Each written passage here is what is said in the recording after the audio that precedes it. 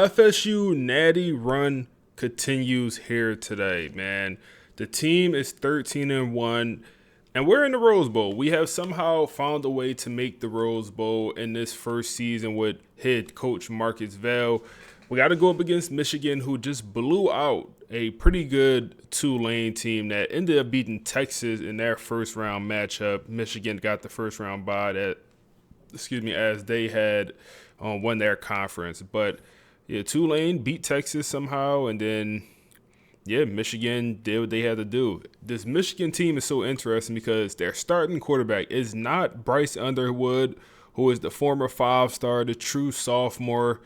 He is on the bench as they have signed C.J. Carr, Notre Dame former quarterback. I don't know why C.J. Carr is such a high overall. Like, damn, 91 overall is It's a pretty big jump, but this is a great roster, man. This is a great roster we got to go up against. Ahmad Hardy, 99 overall running back with purple recruit, purple shifty, purple sidestep, and purple 360. And then the arm bar, it's only on silver. That's all. It's only on silver. That's all.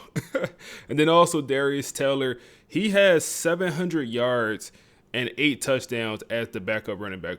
That tells you enough. And then Ahmad Hardy has 1,500 yards with 27 rushing touchdowns in 14 games. 27 rushing touchdowns is insane through 14 games for a running back. I'm not going to lie. So this is definitely a run-first team, even though they clearly can pass the ball. They do have receivers. They do have Strong, who is their best receiver, Ian Strong. But the defense is led by Justin Scott, who has 14 sacks on the season at D-tackle. And then they also have some good secondary players here as well. Hill is one of them. So it's going to be a hell of a matchup. Let's go ahead, throw the boys over on from the podcast. We won't listen to this We won't listen to this whole thing, but we'll listen to some of it while we look at their roster and then we hop into the game. Our eyes west to Pasadena, the Rose Bowl. It is the granddaddy of them all. But this year, it isn't just a ceremonial sunset over the San Gabriel Mountains. We are looking at a national semifinal that represents a collision of two fundamentally different philosophies of football. We have the number 1 seed, Florida State, against the number 4 seed, Michigan. And the setting, it just creates such a specific gravity, doesn't it? You have the history of the venue, the pristine grass, the uniforms, but, well, the thematic undercurrent here is what really fascinates me. We aren't just watching a game, we are watching a case study in control versus catastrophe. That is the perfect framing. You have Florida State sitting at 13-1, a team that has lived on the razor's edge all season. And then you have a 12-2 Michigan team that, despite the lower seeding, just feels like a terrifying inevitability right now. So, the central question we need to answer is this: can the raw structural force of this Michigan machine be stopped? Or will Florida State do that uncanny thing where they simply refuse to accept the logic of a loss? See, I come at this from the other side of the aisle. You look at Michigan and you see a machine. I look at Florida State and I see a team that has mastered the art of survival. I'm representing the perspective that resilience, that ability to thrive in chaos, is actually a skill. It's not just luck, and it's not just happenstance. And I will be representing the side of dominance. My argument is built on the concept of control. I believe Michigan is the superior, more complete football team, and that statistical dominance and, frankly, physical force eventually suffocate magic. You can only pull a rabbit out of a hat so many times before the hat gets crushed.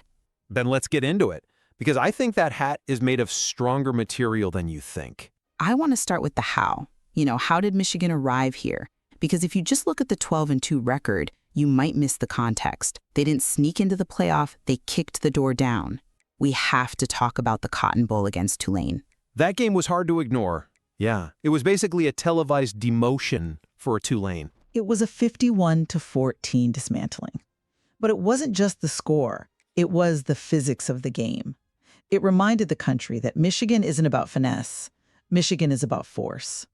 They play what I call heavy football. We're talking multiple tight ends, pulling guards, moving mass from point A to point B. When you watch that tape, you see a team that just imposes its will. They don't ask for permission to move the ball. Let's work. It was Let's work. impressive, certainly. I mean, putting up 51 points in a major bowl game is a statement. But I do think there is a danger in over-indexing on a blowout against a group of 5 opponent, even a good one like Tulane. It's easy to look like a machine when you have a distinct talent Let's advantage work, at every man. We single made the position. Rose Bowl. It's not just the opponent, though. It's the efficiency.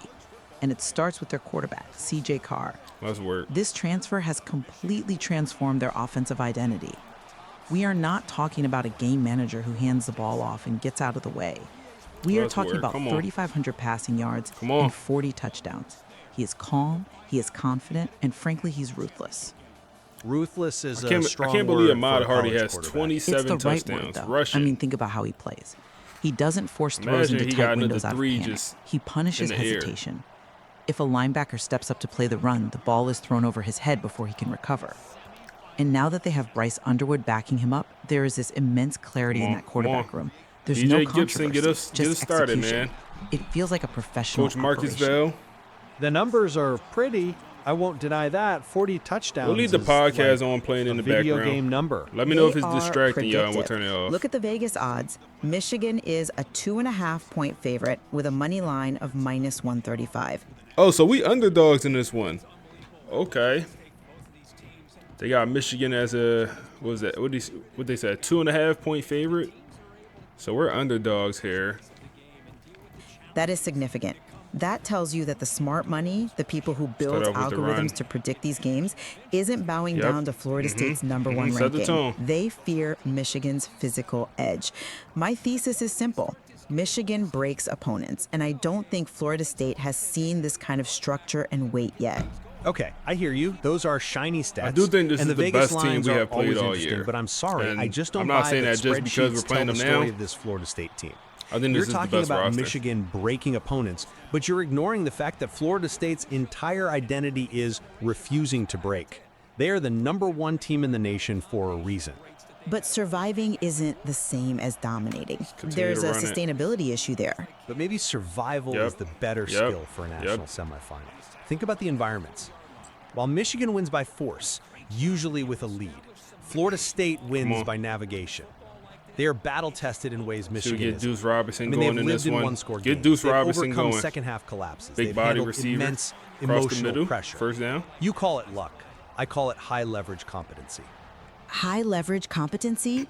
I like the phrase, but relying on close games is a dangerous See, way to maybe that live. Pittman Jr. Eventually, the coin underneath. flips the wrong way. Throw It's it not away. a coin flip if you Oh know my how to goodness, it's manipulate the gonna be- coin. My thesis is this. You don't have to stop every play to win a football game. You don't need to dominate all 60 minutes. You only have to win the 4 plays that actually matter. Nasty Break that intentional down for me. grounding. Which 4 plays? Well, it varies, but usually it's that critical 3rd and 2 to extend a drive, the red zone efficiency moment where you trade 3 points for 7, All right, come on. What we generating have that here? 1 turnover that swings momentum, and getting 1 Just fourth run quarter it. stop. Oh my goodness. Florida State beats teams by lasting longer than belief does. Why do you do my they tight drag end you like into that? deep water and see if you can swim. Michigan hasn't had to swim in those waters yet. They've been on a cruise ship.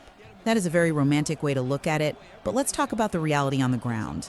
You mentioned All right, deep come on. water, but I Oh, want to that's a talk first about down. the avalanche. Get We to need to Deuce discuss Robinson. the unstoppable He got a little object bit that is the move. Michigan run game versus Florida State's discipline. Okay, let's get technical, because keep I know moving you the have ball. eyes on that backfield. This is where the game is going to be won. We have to talk about Ahmad Hardy.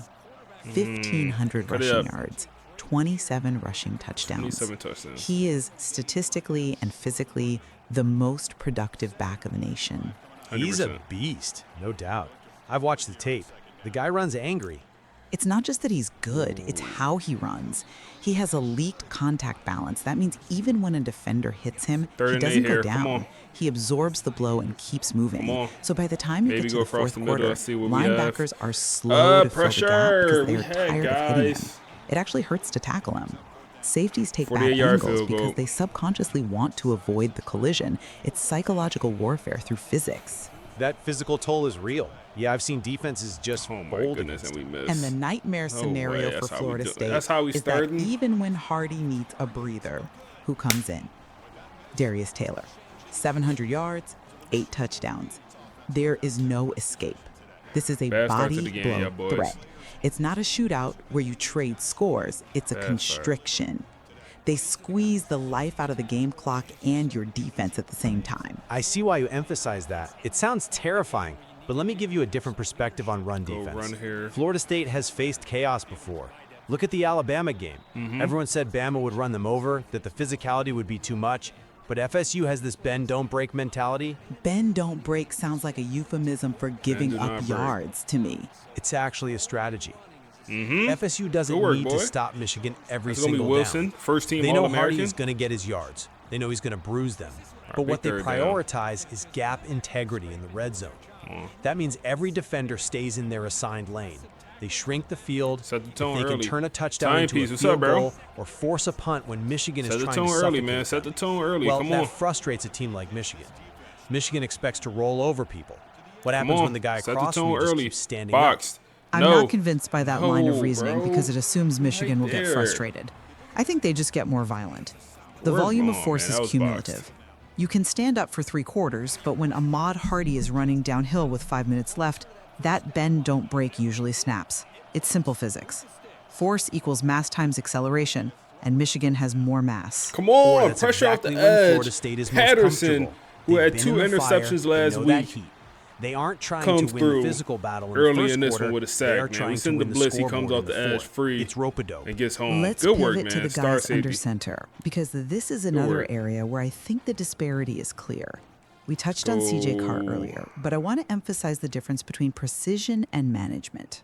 Go ahead. CJ Carr operates Go with on. surgical precision. We mentioned the Cover 40 one here. touchdowns, but look at his interception it's a rate. run. It's incredibly low.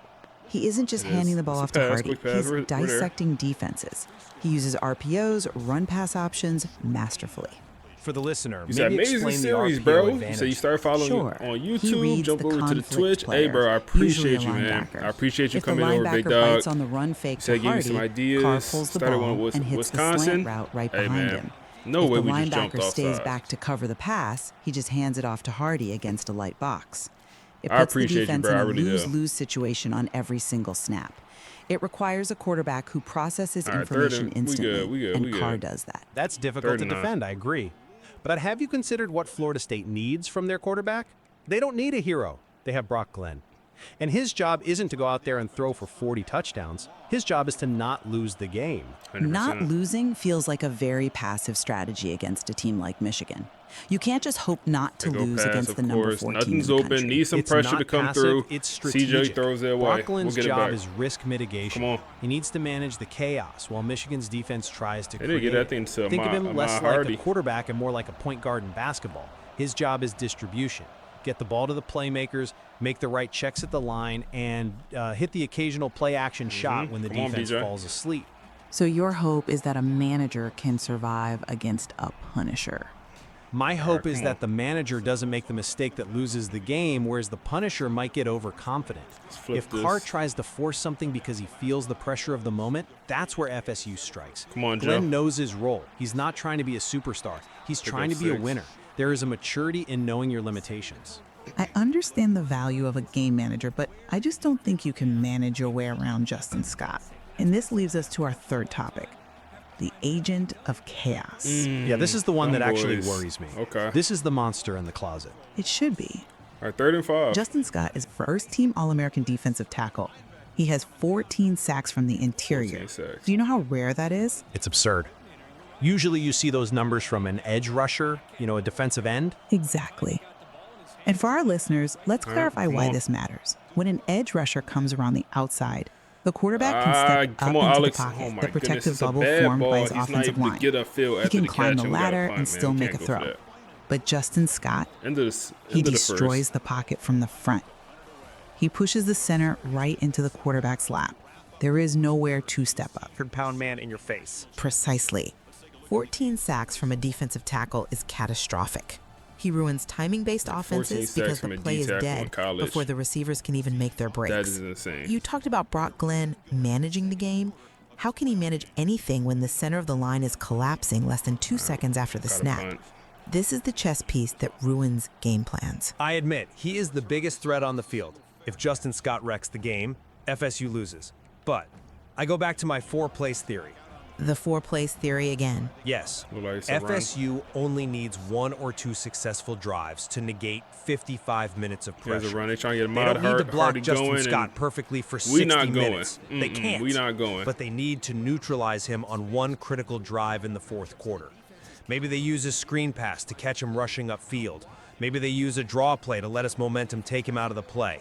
You are banking on a tactical looks like adjustment this is working gonna late in the be game a against a pass. premier talent. Play I'm banking on action here. It's opportunity. wide open. Specifically, I'm looking at a late looks like Joe Ian Jackson Strong drive. across the middle If of the they can field. just hang around, keep it No, that's close, Marsh, and then Andrew Marsh execute that when time. Scott is maybe a half step slower in the fourth quarter due to fatigue, that's the game. Or maybe it's not even See an the boys offensive here. play. Maybe it's a critical interception in the fourth. FSU has a way of neutralizing a dominant performance with a single moment of brilliance. They are opportunists. You're describing way a he's that much tightrope walk faster, over bro. a canyon. It is a Than Patterson, my tightrope safety. walk. That's what Florida State does. They live on the wire, and they haven't fallen off yet. Well, let's see where we think this tightrope walk ends. We've analyzed the run game, the quarterbacks, and the defensive stars. Here, Let's they'll go talk pass once prediction and again. philosophy. I'm looking at the Vegas Overthrow. projection All here. right, come on, y'all. Michigan Come on. Come on, 27, defense. FSU 24. And honestly, I think that's being generous to FSU. I do. I reject the idea of magic. Come on. I look at Michigan as the deepest, strongest team FSU has faced all year. You can talk about They go refusing quick to go pass. away, We are but there, eventually you get kinda. pushed out the door. Pick up 6. Michigan's balance, the run game with Hardy, the They go passing with one Carr, the interior pressure receivers. with Scott, it's just too much. Michigan wins this by force. They control the stretches, they land the punches, and they win 27 to about Michigan 24, wins by maybe force. even by Yeah, more. okay. I think they control the clock Come on, and get keep out there. FSU's Get out offense there. on the Come sideline. on, John Henry. And I come at it from a different Come way. on. I think the smart money They'll is bring out the missing kicker heart for a of this long team. field goal, Metrics man. don't measure Long clutch, field goal but if here they at the did, Rose FSU Bowl. would be off the charts. I'm predicting Florida Kick State is up, 31, and Michigan 28. they're going to be winning, man. 31 They kick a points? hit. You think they score Ours 31 on can't. this defense with Justin Scott? I do, and I can tell you exactly how it happens. Brock Glenn avoids turnovers. He plays a clean, boring game for 3 quarters.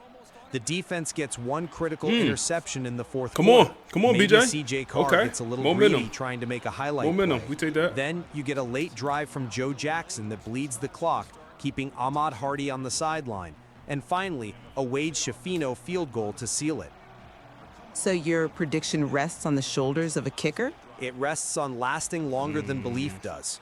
This season hasn't been about dominance for FSU. It's been about refusing to lose. And in a game this tight, I trust the team that has looked failure in the face and blinked last.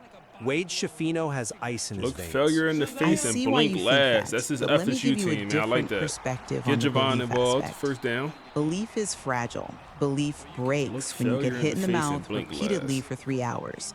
The advocate in me says that 60 minutes of physical dominance, getting hit by Hardy, getting sacked by Scott, wears running down back that wide open. psychological Oh my edge. goodness, By what a the end, ball. FSU will be Come on, too Brock. physically tired to believe. Or Michigan will be too frustrated to execute. That's the beauty of this matchup. Michigan run here. expects to win. FSU fights to win. There is a difference in that psychology. Michigan might panic if it's close late. FSU will feel right at home. It really is fascinating. We have the best team on paper in Michigan versus the team of destiny in Florida State. It's the 3rd and 8, classic y'all. clash Come on. of logic Not in versus field goal narrative. range. And don't forget the venue.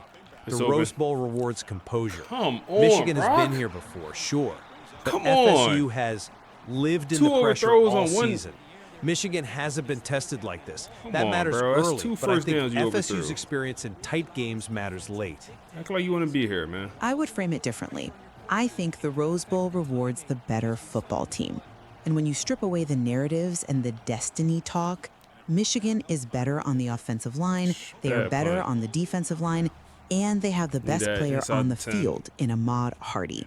Structure and weight should theoretically overwhelm resilience. Theoretically. But games aren't played on paper. They are played on grass in front of 90,000 screaming people. Play action That's true. here. But Got to to the tight summarize end. my position, CJ Carr. I think Michigan's ability to 6'8". control the game, I mean, he's not doing the anything clock, special. and the Not line yet. of scrimmage will be the deciding factor. They are the collision of powers that FSU can't survive. And to summarize mine, I think this stadium, this moment, Pressure. is Oh made my for a team goodness, like bro. Florida State. Who is this tight They end, absorb bro? the blow. They stay standing. and they find a way to win the He 4 got plays 35 that decide receiving the yards outcome. in this game so Well, far. one thing we can agree on is that this will be the On back-to-back hardest game plays. Florida State has played all year. Without a doubt. And probably the hardest test Michigan has faced too.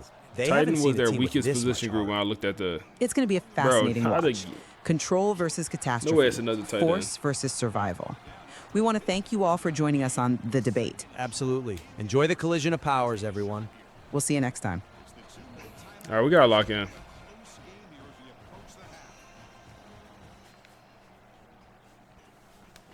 We got to figure it out. We got to figure it out. 2 minutes here. This game going by fast.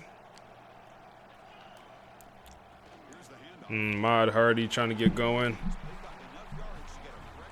No, that's Taylor that time. They go empty.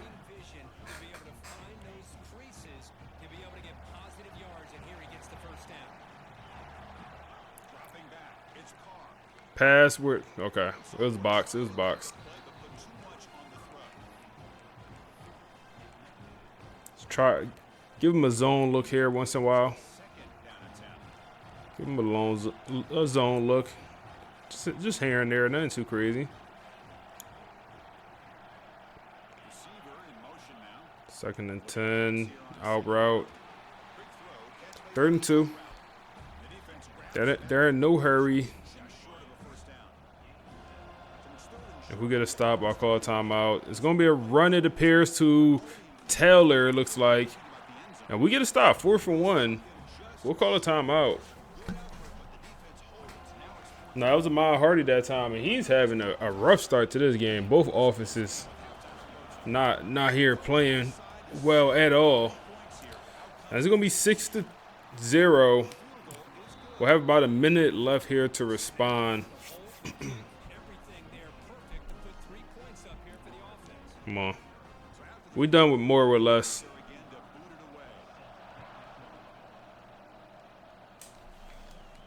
We done more or less.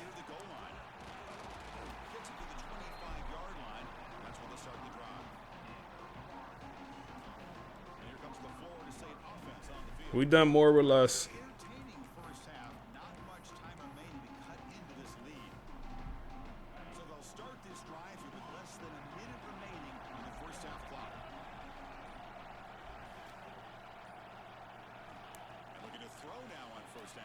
Come on.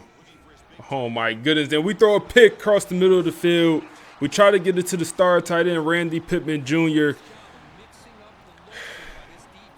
And Matt undercuts us. And Brock Lynn with his 3rd interception the whole entire year comes in the playoff. And it comes in terrible timing. Matthew Bailey. Oh, man. Tried to force it under pressure. It wasn't there. And now they're in position to at least get 3 here. Damn, man. That hurts. That hurts. Got to keep him out the end zone. Got to keep him out the end zone. Dot. Momentum like that. After the turnover, what you do, you take a shot down the field. You take a shot at the end zone. And that's what CJ Carr does. 12-0. We'll see if they decide to go for 2 here. They go for the field goal. Wow, man. Oh, man. Brock Glenn, work with me, man. Work with me. 2 overthrows on the previous drive. And you come out, throw a pick on the first. Come on. Come on, Brock. You better than that. Better than that, Brock. You are better than that. 44 seconds this time. Come on, you're better. You're better. Come on.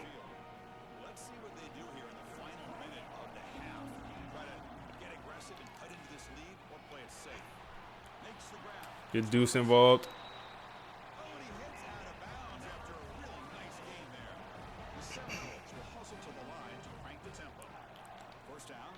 Nothing's really open here. Throw it away.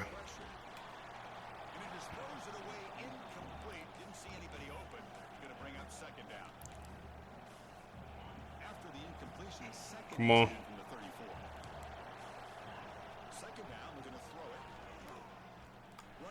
Where are you going, man? Sit down. You was wide open.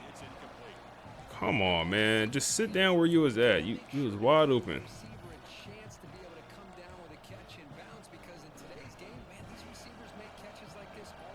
3rd and 10.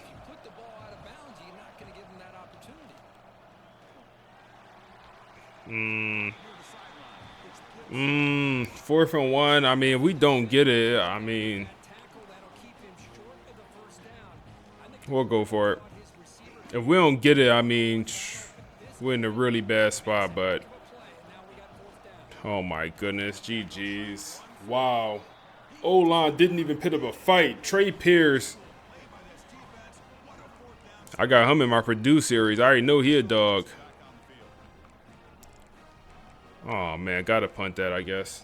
Gotta punt that. Now we in a really bad spot. Any points make this a 3-score game. And we would have went from a 1-score game to a 3-point pick. Wow. Field goal range. We just went from a 1-score game, 6-0, to potentially a 3-score game in less than 1 minute of in-game play. Nasty. Nothing's open.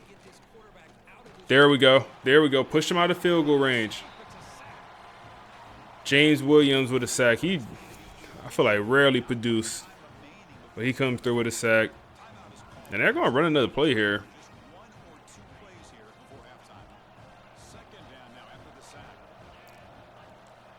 I'll run one more play before, I guess, going for the field goal. And it's going to be at my user. That's going to be Patterson with the pick. Oh, my goodness. We did not have a chance to return it. I thought oh, man, we could have took that to the crib. But Patterson with picks in 3 straight games. Patterson is hey, man, he must be a playoff player. 3 straight games with a pick. Last game he had 2. The conference championship he had 1. What's up, Hardy boys? How you, bro? Yeah, this first half nasty, man. First half nasty. You said Pitt Bryson? They need Pitt Bryson, man. No, I mean, they balling. Bryce needs a transfer. Bryce, you want to come to Florida, man? So it's funny. They got CJ Carr that transferred in. Then they start with the ball here also. CJ Carr transferred in, and he's their starting quarterback. They still got Bryce Underwood, who's an 88 overall backup. And then they brought in a 5-star quarterback who's like an 80 overall as a true freshman. So they got like 3 quarterbacks that's all better than our number 1, like just overall wise. Their top 3 quarterbacks is better than our number 1 quarterback, overall wise. We know Brock Glenn got a lot of heart and he played with a lot of pride out here. He's a true veteran in the world of college football, but point is, at least 2 of them quarterbacks transferring out for Michigan. You said Brock is trash?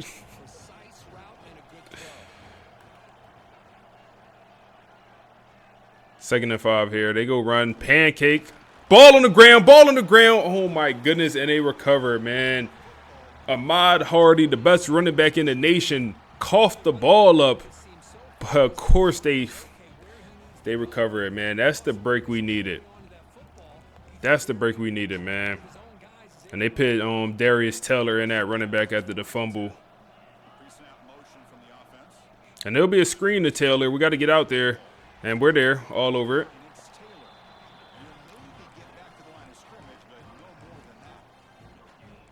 The execution here on the screen pass was okay by the offense. The defense just almost anticipating the screen. He had nowhere to go. 3 tight ends out here. Ahmad Hardy back in the game, and they'll run it to him.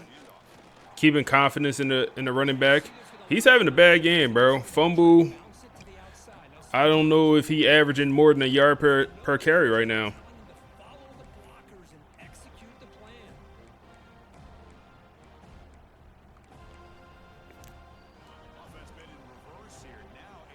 5 wide, man. I hate going against 5 wide, man.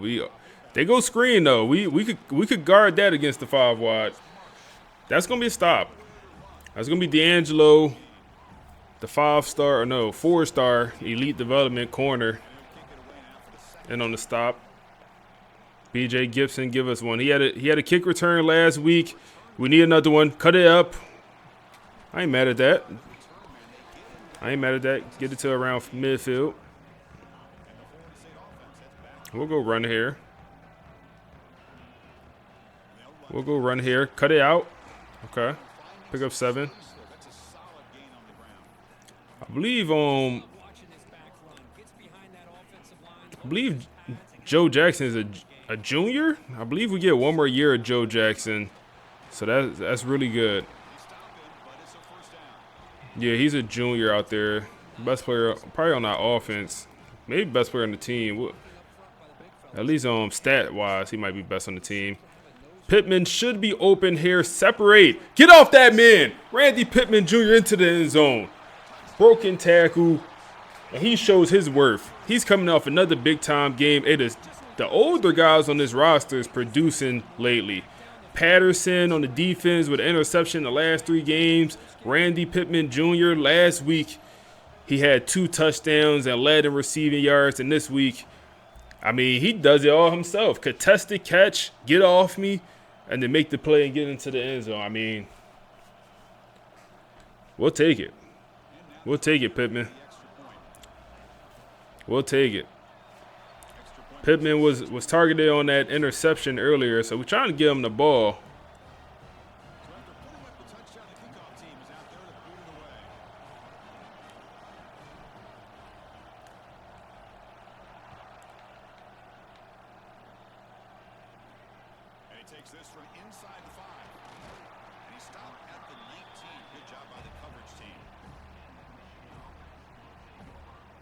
Come on.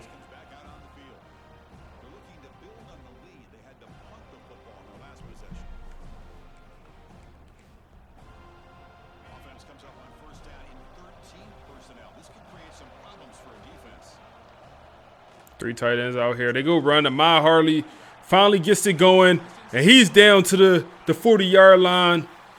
It's going to be the biggest play of the game for this Michigan team, and that's going to be damn near 40 yards. And just like that, it looked like he's having a good day. All it takes is one play. That's all it takes, one play. Come on, defense. Bounce back. Bounce back. They go right back to him. Sales, you said this series clean AF. Hey, I appreciate you, bro. I really do, big dog. Hey, I'm glad y'all enjoying the series, man. I'm glad y'all enjoying the series. Got 2nd and 4 here. Oh, wow, that's a dot. Oh, my goodness, that's a dot. CJ Carr is locked in. Up the seam. I thought we had a chance to intercept the ball. I thought we had a chance to intercept it, man. Wow. I thought we had a chance. I think he's actually their leading receiver on the year. But, yeah, that was a dot. Patterson was just a little bit out of position. And these boys from Michigan on that, man. They on that. And they want to go for 2 here. They on that. All right. They on it. They on it. Darius Teller in the game. It's a screen here. I don't like that play call, but it works out for him. Screen from the 2-yard line to the running back. All right. Down 14. You said, as a Michigan fan, you loving this? Oh, man. We got something for you, man. We're gonna get it. We're gonna get it back on the back end. We're second half team. Let's get this run game going a little bit.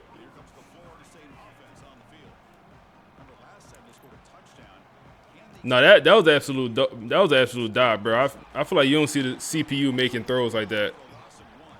You do not see the CPU making throws like that too often.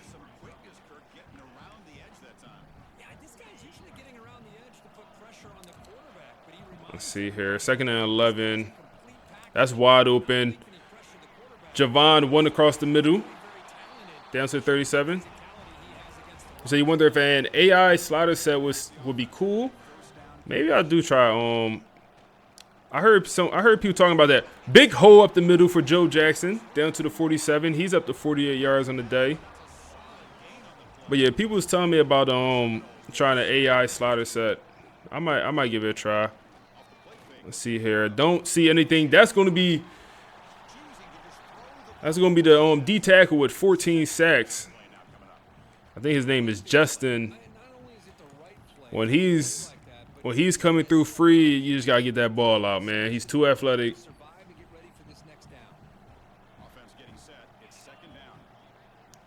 His name is Justin Scott. 14 sacks at D tackle. Watch out for Buddy, man. Let's see here. We get it to Pittman Jr. here again. He got to jump and catch it. Come on, Brock. Put it on the numbers. Put it on the numbers, Brock. We get a first down there, man. Tighten up, Brock. Saying your Dynasty CBU be throwing all dots. I see we throw a screen here. No, we run the RPO. Get it to Joe Jackson. Hey, what sliders you using, man? CBU be throwing all dots. So I won the net against the Longhorns. Come on, man. Come on, last play before the fourth quarter, most likely. Give Pittman Jr. a chance. Give Pittman Jr. That ball is a little bit underthrown, I feel like. It wasn't like a true jump ball like I wanted. Now, this should be the last play before half for sure. Running back out the backfield. Oh, my goodness, Brock. Come on, bro. One more play before the fourth. Brock, you got to figure this out, bro. I ain't going to lie, man. You can't have – come on. It's like once they get cold, I'm noticing, like, for both teams, like last week, their quarterback got cold, and he could just not figure it out. Once our quarterback, even though it says he's hot under his name, it's like once they start missing throws, they can't figure it out. Come on, give me a good ball here. Give me a good ball here. Good route. Good ball. Deuce Robinson, big body receiver, picks up a crucial first down for us. And I need fours, man. I need fours, man. Fours up. Come on, man. Hey, appreciate the follow, bro. What year are you in? We at the end of year one. We're at the end of year one here for since we took over this team. That's on this roster. All right, well, let's do a little toss play. I feel like we never do a toss. Let's try a toss. Come on. Come on. Yep. Come on, Cam Davis. Show us why you should get some playing time, Cam. Show us why you deserve to be on that field, Cam. Show us why you deserve to be on that field, man. We got a good running back room, man. Unfortunately, we don't get to use all of them. Like Joe Jackson gets most of the carries, but we got guys like Cam Davis, who's probably going to end up transferring out, but he's more of a power back. And come on, make it a game. Defense, what y'all want to do? What y'all want to do, defense? What you want to do, defense? What you want to do, defense? How we feeling?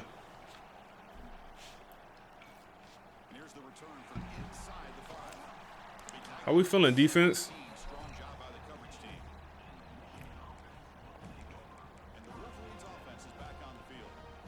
Go one receiver. Ahmad Hardy, just come on, keep him contained. Keep him contained. They go run here with Ahmad. Pick up 6. Send a little blitz here. See, they keep their running backs fresh, man. They keep them fresh. I'm not going to lie. We'll send up another blitz. And that's going to be a tackle at the line from the backup safety. It's going to be 3rd and 4. 3rd and 4. Looks like it could be a run here. They got Hardy back in the game, and it will be a run. And we make a tough tackle. That's going to be Wilson. Kamari Wilson, first team All-American safety coming through with the tackle at the line. and force the punt here. And DJ down to the 41. Come on. Come on, Brock Glenn. We've been here plenty of times, Brock. We've been here plenty of times. This ain't nothing new for you. This ain't nothing new for you, Brock. Hit Pittman.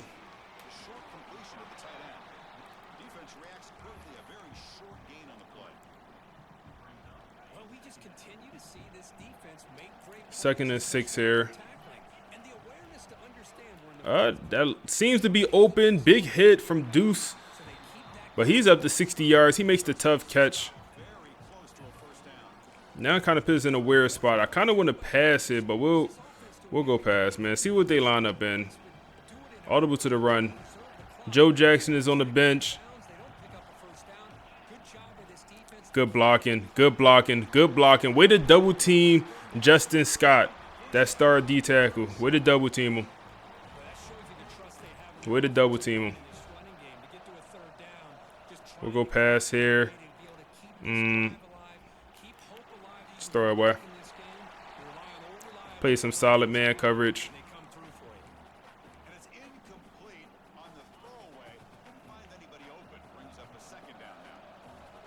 Second and 10. Running back is wide open. Give him a good ball. We get a good enough ball. And that's an excellent read by our quarterback. And he does just enough for us to stay in these games and for us to be tied up here in the fourth quarter, man. They was in man coverage, but the running back man was coming from the other side of the field. We identified it early and just give him a perfect ball. Oh, man, we lucky he don't overthrow that, man. I already know how Brock get down. Now it looks like Brock is damn near outplaying C.J. Carr. Look at the numbers. Damn near outplaying him. Both quarterbacks do have an interception.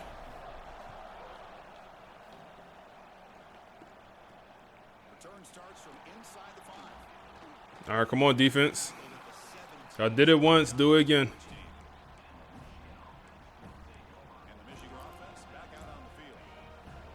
Y'all did it once, do it again. That's wide open. Yep, wide open. That tight end is balling, bro. He's balling against our best cornerback, bro. Our best cornerback, Earl Little Jr. And he just routing that man up. They're 78 overall tight end. It's not even like they had a great tight end room. Their best one was 78 overall. Ahmad Hardy, he's getting off. Amazing juke move, and he's off to the races. It's going to be 28-21 here in the fourth quarter. That's all it takes for Ahmad Hardy. One foot in the ground. It's over, man. All game, we kept him contained. All game, he was having pretty much a no-show. We was making calls. Hey, missing person report. Where's Ahmad Hardy? Well, I think we found him, man. We found him in the end zone. Come on. Come on. What's up, Jay? What's up, Jay? I'm doing good, bro. How you, man? I'm doing good, man. We got a ball game, y'all boys.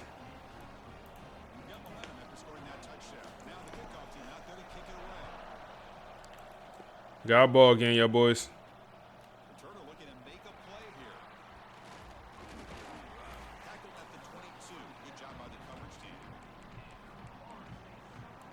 We got a ball game.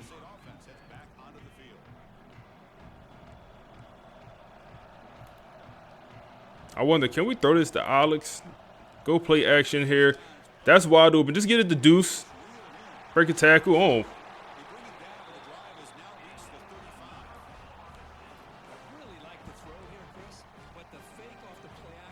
We'll go run here. Good enough blocking. We'll take that. We'll take that. We'll take that.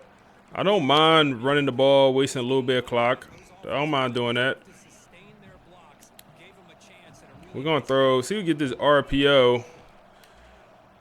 Yep. Come on, Deuce. Come on. 6'6" receiver. He is supposed to be blocking in the RPO, not receiving the ball, but it works out. He's up to 82 yards off 7 catches. He's having a pretty good day. Continue to run this ball here. What's up, Jay? How you feeling, bro? That's going to be a 2-minute warning. Going to be a 2-minute warning right there. We do have all our timeouts.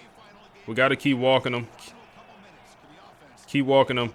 Get Deuce. Keep Deuce involved. Keep Deuce involved. Keep him involved. That's all we can do. Keep him involved. We'll go run here. Counter. Get some blockers out in front. Oh, my goodness. Y'all didn't block 1-6. That's fine. 5-yard pickup. Let's go to the gun. See, a couple options here. Couple options here. Running back out the backfield. Need a good enough ball to Joe Jackson, and he's going to get into the end zone and tie this game up. 28-28. Good ball from Brock. Even better route from the running back. And we left just a little bit too much time for this Michigan roster to work with. Just a little bit too much time. But you got to take your points when you get them. You got to take your points when you get them.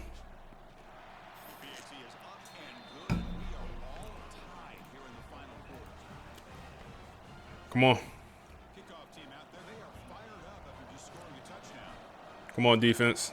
Come on, defense. Joe got that dog in him. I'm already knowing, man. We got some players on this roster, bro. What was that? That looked crazy. Samuyi, elite dev gadget receiver to quarterback. And then you got Jaden Daniels 2.0 with 99 speed. Hey, bro, I'm telling you, that's the best thing in this game. Looks like it's a run. But that's the best thing in this game. Bro, if they run this ball, they trying to take it to OT. They scared. Oh, my goodness. Ahmad Hardy, open space. We get him on the ground. Oh, my goodness. He's up to a damn near 150 rushing yards off 13 attempts. I remember about 10 minutes ago when I was saying he was on nothing. Wow. Wow, how fast have the tables have turned. Hey, appreciate the follow, Jay. Wow, how have the tables have turned, man. They still have 3 timeouts. Another quick pass. We're all over it. 3rd and 4. They're going to run a hurry up once again. Hey, we get a stop here. We're calling a timeout. We'll have a chance to score. Get a stop here. We get the ball back. It's wide open across the middle of the field. They're going to hit them. 1st down. They're in field goal range.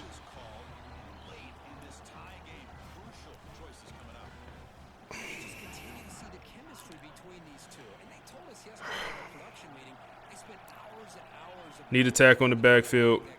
Quick pass. Broken tackle. You got to let him score. You got to let him score. I'm trying to let him score, man. Come on, man. I'm trying to let him score. I mean, we got to let him score here, right? Or I'm tripping. Maybe I'm tripping, but they in field goal range. We're not going to block the kick. Let them score here. Let them score here and try to respond.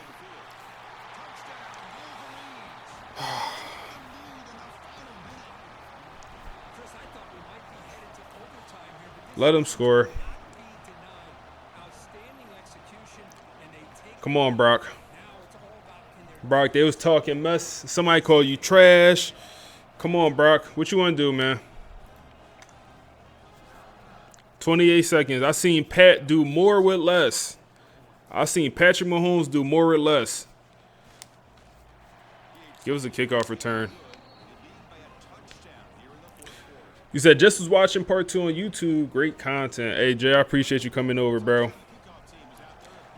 I hope this don't spoil it for you, but it might. We're gonna let that go, bro. Maybe we should take it out, but we haven't taken a kickoff back all year. All right, what's the game plan here, man? What's the game plan here? We do have 2 jump ball receivers. We got to figure out how to get it to Deuce Robinson. He's having a pretty good ball game. Get it to Deuce.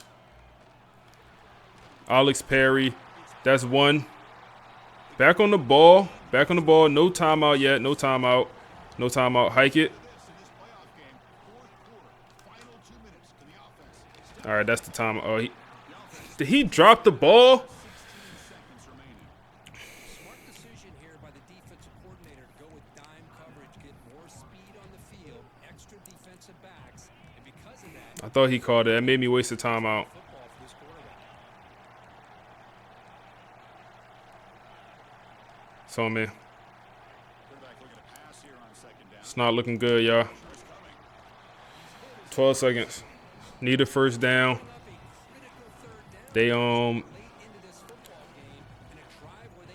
my goodness, look what they in. Look what they doing. That's how y'all feeling? Everybody's on the same page. You have multiple plays that you can That's how we feeling, y'all? run or a pass. You've got to come up with a first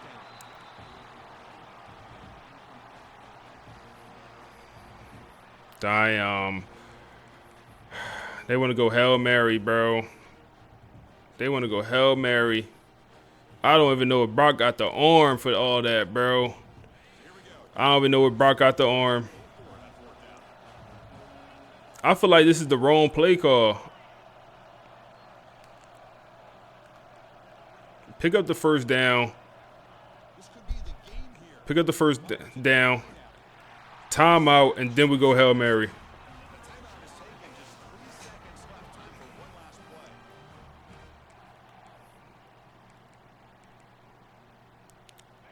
Come on. 50 yards in the air.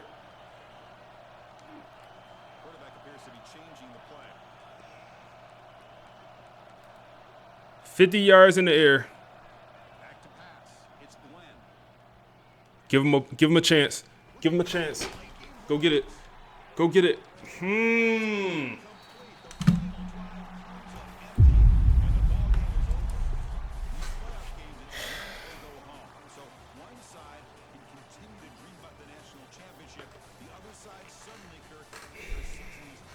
Damn. We gave Deuce Robinson a chance. Come on, man. That man's 6'6". He got to go get that, bro. He got to go get that, man. GG's, man. GG's. GG's. Wow.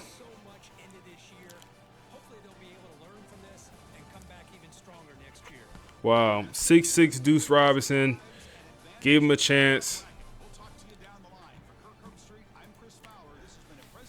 Damn. Man, I thought we was going to Natty. I'm not going to lie, y'all. I'm not going to lie, man. I thought we was going to Natty for sure. Damn. Good game. That was a good game, man. That was a good game. That was a good game. Good season.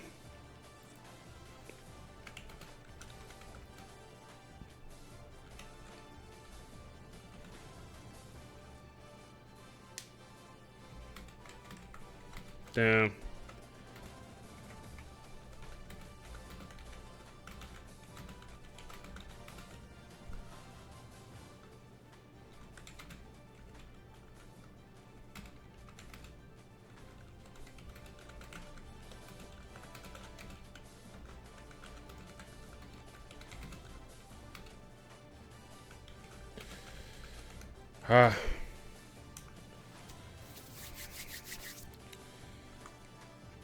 Yeah, all season about to go crazy, bro. Brock Lynn, pretty solid day, bro. I know that first half looked crazy for Brock, man.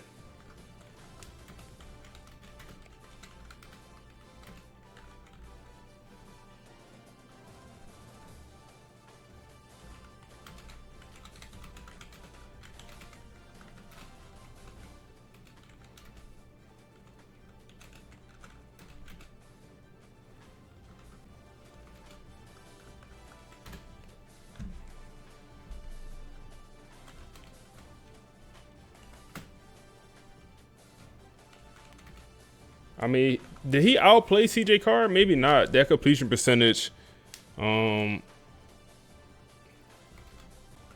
CJ Carr is definitely better, a lot better.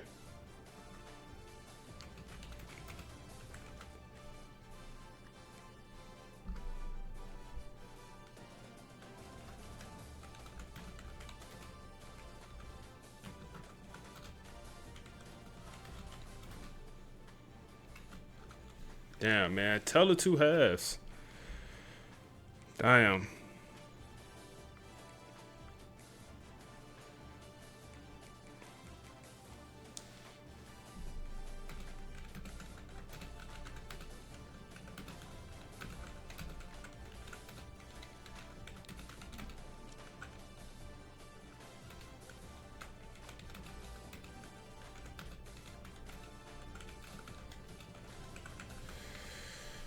Huh. I ain't mad at it, man. I ain't mad at it. I ain't mad at it.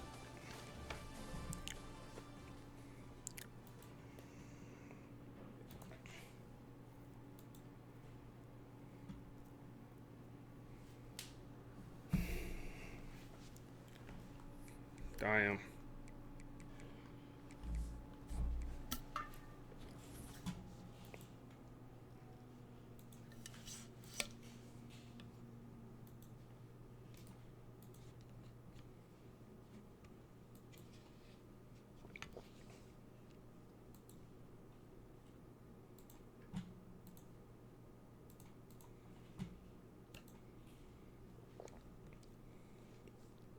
Shazam! Hey, appreciate that follow, bro. Yo, what's up, bro? Damn, man. What a run. What a run. What a run. Deuce Robinson.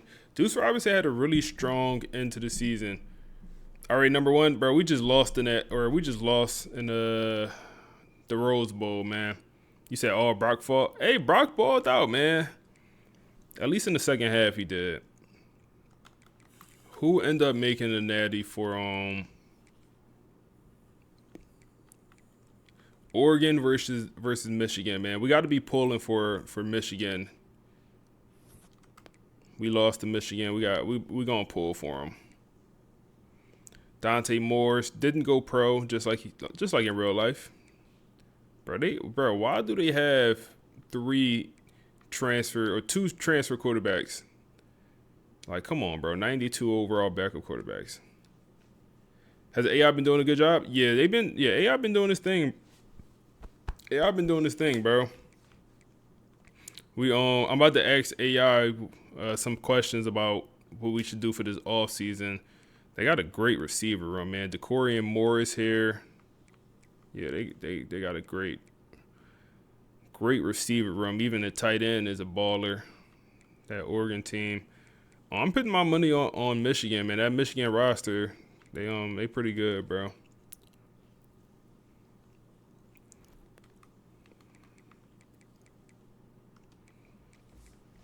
See who win the natty here.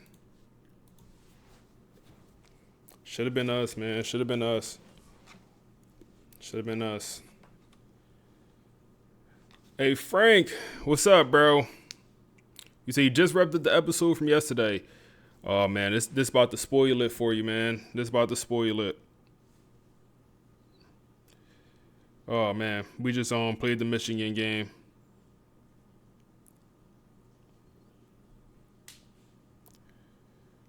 Team played their heart out, man. Team, they played their heart out.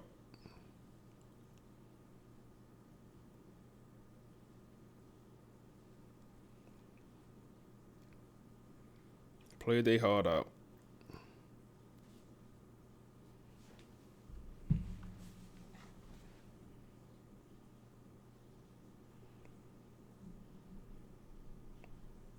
See, I run. Yeah, man. I'm gonna upload it. I'm probably gonna upload it tomorrow morning. All right, let's see who won the natty. Who was it? Oregon.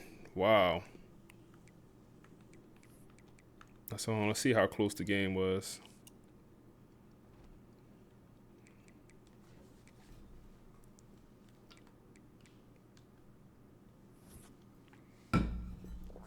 Michigan, it wasn't that close. Michigan tried to make a comeback in the fourth, but a little bit too little too late.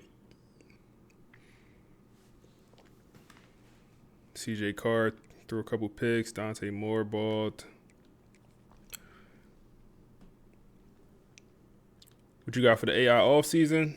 I got a couple ideas, man. I got a couple things we cooking up. You see here in a second. You see here in a second, bro. I got you.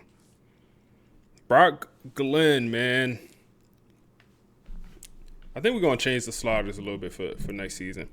But Brock Glenn, when you look at the numbers like this, you would think, damn, Brock Glenn is setting up to have a killer senior year. I mean, he's setting up to just senior year go out there and go crazy. 2,500 yards, 30 touchdowns, 3 picks. I mean, the yardage number is a little bit low, but everything else is pretty good, man. 1,300 yards for Joe Jackson, 10 touchdowns, 6.2 yards a carry. Receiving numbers, Deuce Robinson made a push at the end of the year to try to be a leading receiver. If we figured out how to get Deuce involved all year, the offense would have been way better.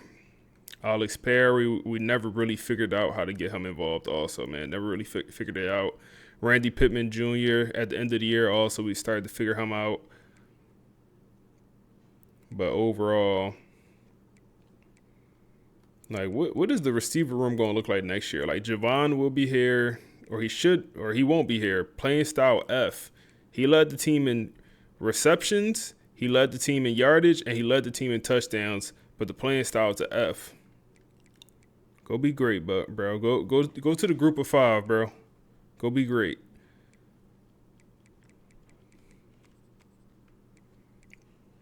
John Henry, 9.5 sacks. Jordan Hall, 6.5. 6 sacks, 5.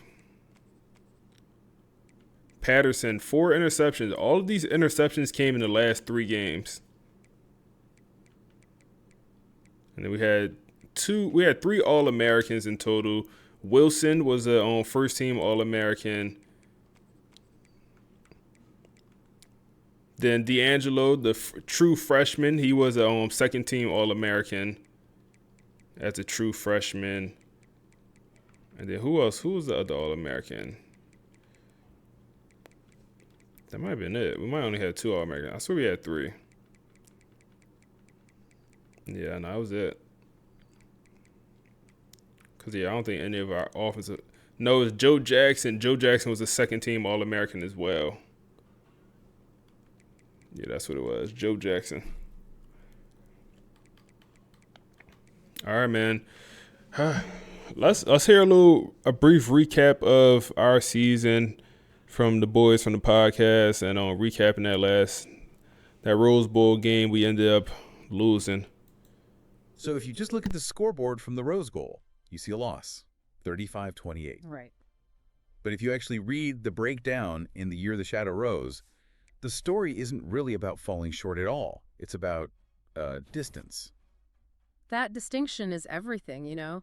The sources all argue that the pain of that loss, it didn't come from FSU not belonging on that field. No, not at all. It came from how agonizingly close they were. It wasn't a failure of talent. It was just, the remaining distance between a really great team and a true championship team. And you could measure that distance in inches in that first half. I mean, Michigan came out looking like an absolute machine. They go up 13-0. They're controlling the clock, just hammering away with Ahmad Hardy. Hardy was the difference early on. 148 rushing yards. That's a ton of body blows to take. Mm-hmm. Michigan looked like a team that had been built over 4 years, poised, heavy, and Florida State looked, frankly, like they were feeling the gravity of that moment.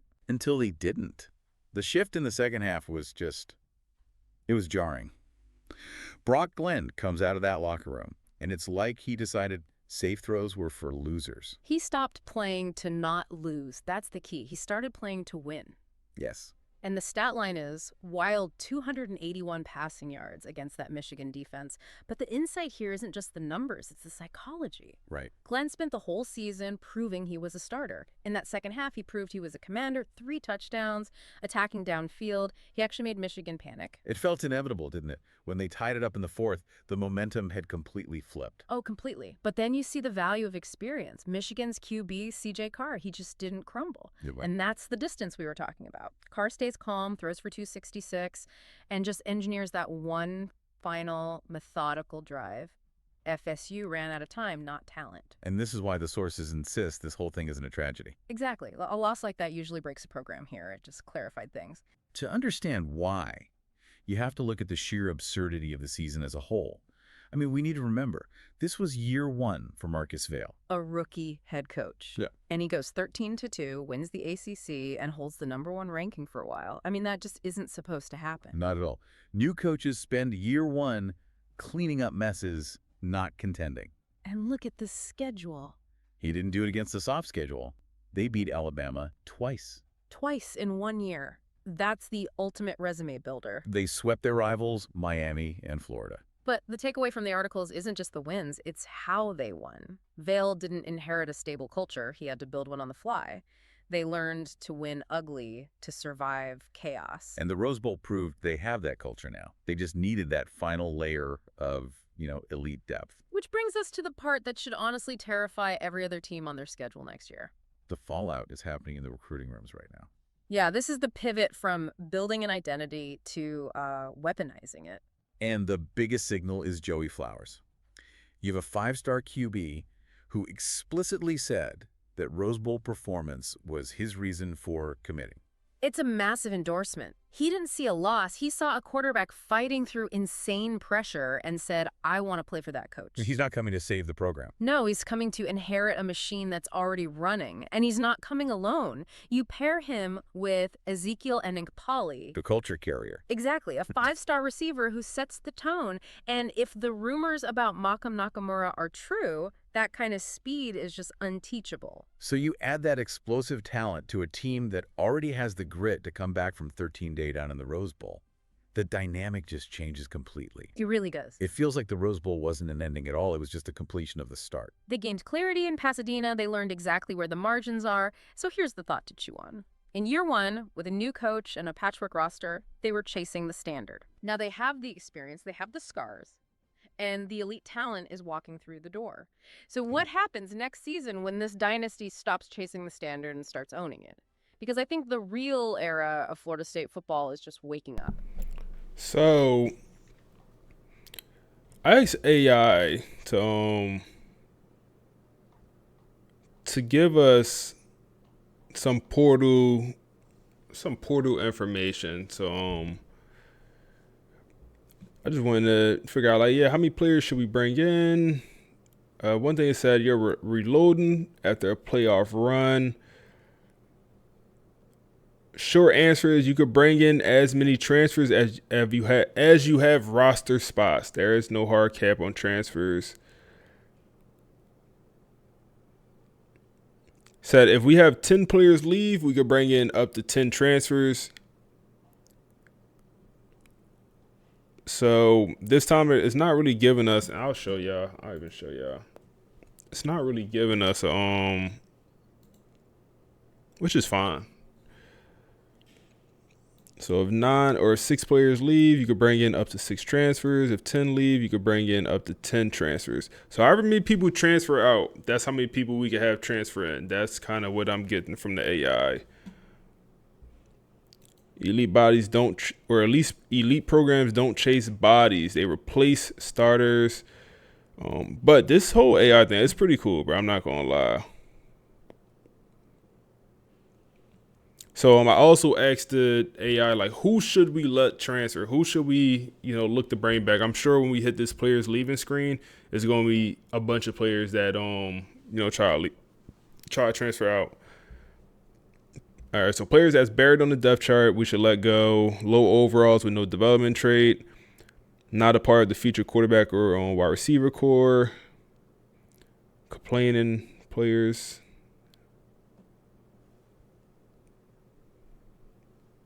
You said, bro, you really don't like Brock, bro. That based on the Rose Bowl loss, your needs are clear. D-line, linebacker, O-line. Do not. They don't want us to bring in a quarterback in the portal, man. You already have Brock Glenn, DeMarco Pack, and Joey Flowers, the 5-star that's coming in. So,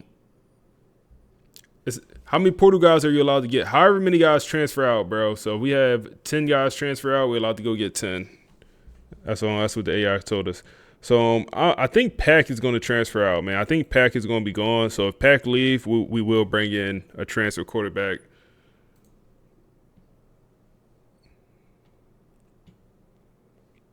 Off-season program rules make it feel real.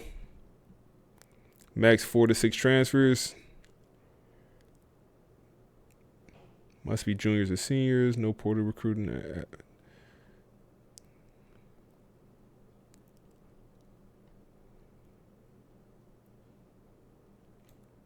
So now it's saying 4 to 6. I think I'm gonna go with the however many guys we have transfer out. What team are you rebuilding? We FSU, bro. We FSU. All right, so that works. That works.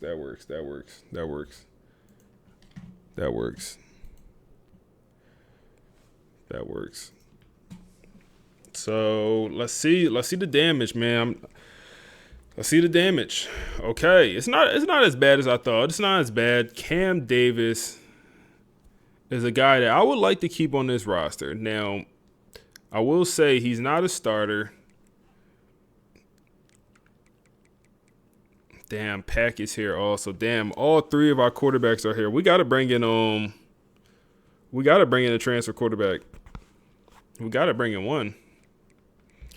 You doing manual progression this season? Nah, we're gonna do auto. I gotta take a peek at the running back room. So I know Joe Jackson is returning. Is our backup also returning, or is he a senior? Who's our backup? You. So you're returning also.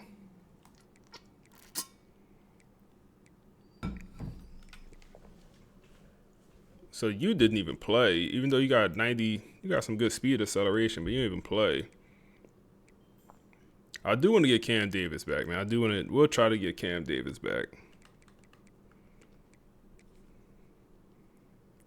We have 8 persuasion attempts, so we'll try with Cam. Cam is going to be off in the portal. Okay. Javon, I feel like you should really come back, bro. I really do. You put up damn near 700 yards, 7 touchdowns. You was our leading receiver, leading with catches, yardage, and touchdowns. And you don't like the playing style. Bro, you was getting the ball the most out of everyone. He's gone. Freshman running back with star development. He's gone as well. I was about to say backup tackle. No, he's my starting tackle. Played 15 games, only allowed 3 sacks. Okay, he's coming back. Freshman center. He ended up starting a few games. He comes back. Okay, bring both the linemen back. I would love to get Pack to come back, man. Pack 12. We're going to change him to 2-pack. We're going to change his number to 2. Damn, extremely low chance. Let's see if we get him to come back. And he is gone. Okay, we got to get a transfer quarterback. And then we'll let these other guys transfer. So we could bring in 1, 2, 3, 4, 5, 6, 7 transfers. We can bring in 7 transfers. Yeah, we'll let you walk. 1, 2, yeah, 7 transfers. Okay, that works. That works out pretty well, actually. Keep it realistic. It'll be one thing we had like 15 transfers out. 7 keeps it realistic for us.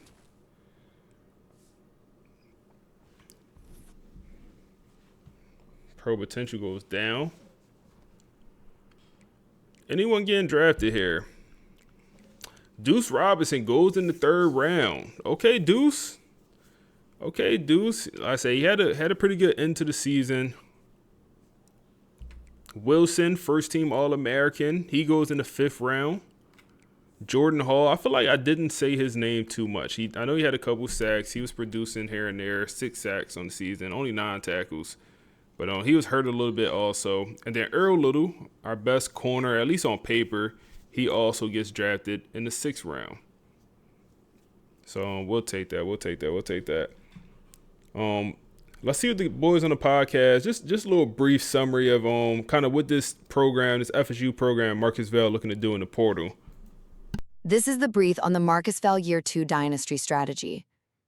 All right, so coming off a huge 13-2 ACC championship season, the program is now entering what they're calling the winter of discipline. After a super close Rose Bowl loss, you got to understand this isn't a rebuild. Think of it as a strategic reload designed to shift the team from just surviving to actually maintaining power. First up, they've got this surgical portal strategy. The Marcus Val rule is strict. You don't just replace every single player who leaves. No way. You only target starters or plug very specific holes. The goal is a tight 4 to 6 transfers total. That loss to Michigan really showed the physical gaps, so the priority is an elite defensive tackle. We're talking 90-plus strength and a veteran offensive lineman for pass protection.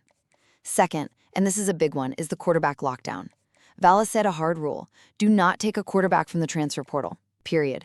He feels like bringing in a new guy would just destroy team chemistry, and it violates their whole loyalty principle. Instead, the plan is to trust the guys they already have, the battle-tested Brock Glenn and the 5-star-in-waiting Joey Flowers. Finally, their whole philosophy is shifting to development over noise. Training is now all about chasing consistency, not just speed. For Brock Glenn, that means drilling awareness and short accuracy.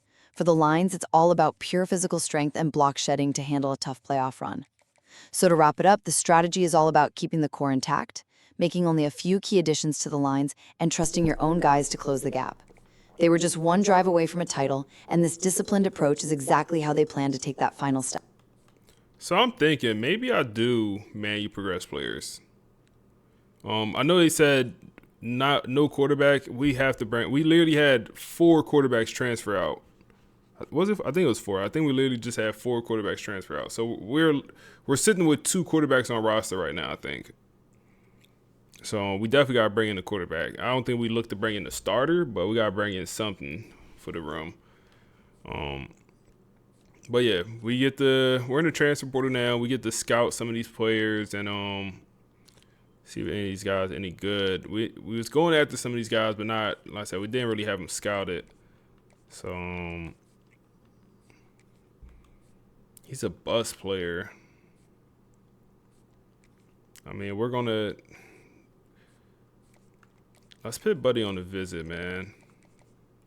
It's a chance that maybe we could get him. We'll see. I need a tight end.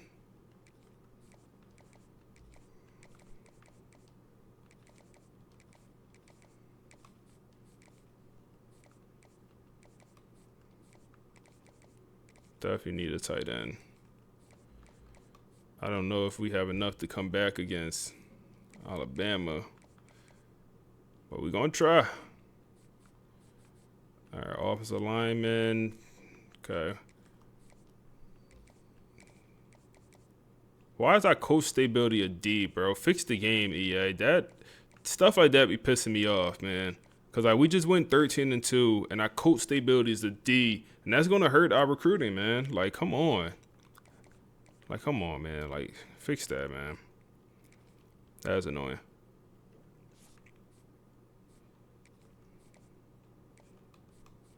Scout some of these players we didn't before. You changed coordinators? No, we got the same exact coordinators, bro. Same exact coordinators.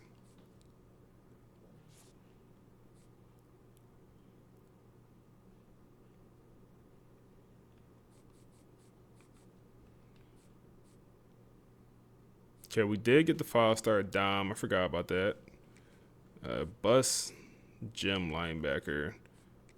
We had a bunch of 3-stars. Why? Why did we? Oh, they was from Florida.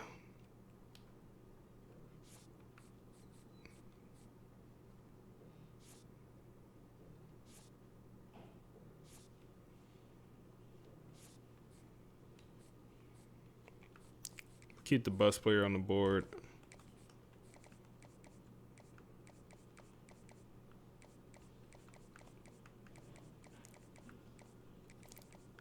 He's probably better than the 3-stars. Got 2 corner commits, and then we was trying to get a safety. I think we're going to end up trying to get a transfer safety here.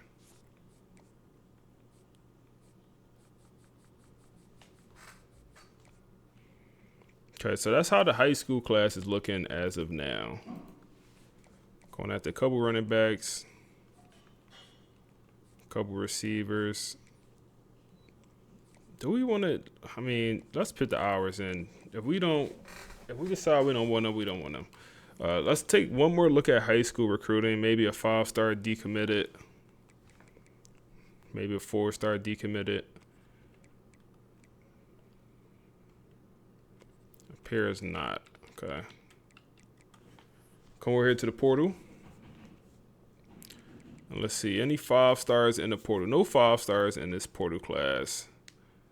Okay. Marcel Reed is in the portal. Wow. We got some big time QBs in this portal class. Marcel Reed is back in the portal. Did he even play? He did not play. Of course, he transferred to be the backup. I remember. They still have Kevin Jennings, I believe, at SMU. So he transferred to be the backup. And he's probably going to go to Texas and be the backup to Arch Manning. Bryce Underwood is in the portal after being the backup all year. So he actually redshirted. So he's going to be a redshirt sophomore. Julian Lewis is in the portal after having a very good year. 3,400 yards, 31 touchdowns, 5 picks. And then Deuce Knight is in the portal. And he also had a pretty good year for Auburn with 31 touchdowns, only 2 picks. He's looking for, I guess, a better opportunity. So we get a pretty good receiver here from Utah, 5'11", 184 pounds, Creed, who is the number 5 player in this portal class. And he is from the state of Florida, and he is looking to come back home. He's from Gainesville. Okay. And then we have a corner from Kyle, who is also considering FSU. We only have 6 transfer spots. Do we need corner? Yeah, we lose Earl Little Jr.,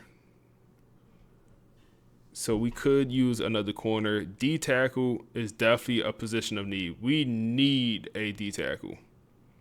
We absolutely need a D tackle. We probably need a couple D tackles, honestly. He had 10 sacks last year. John Walker at Tulane. Tulane made the playoffs. And he put up 10 sacks and damn near 40 tackles at D tackle. That is very good. He's from the state of Florida as well.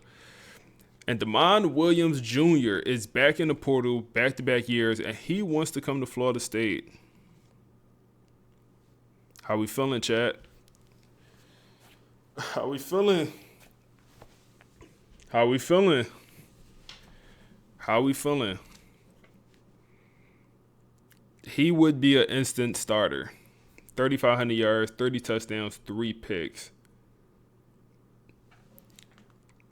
I feel like we got to pass. Then Dallas Wilson wants to leave Miami. He's in the portal. He didn't play much last year, only 200 yards. I wonder if he was hurt. We'll add him to the board here. What else do we have in the portal? We have another corner. I think I'm good off corner, man. I think corner is literally our best position group, or our deepest position group. I think we got a couple young guys. We're good at running back. Running back is probably actually our deepest position group, and then corner is probably next. Malachi Nelson, former 5-star, is back in the portal. Apparently, he went to Arizona State. I don't know why, where he was the backup, and now he's back in the portal looking for an opportunity.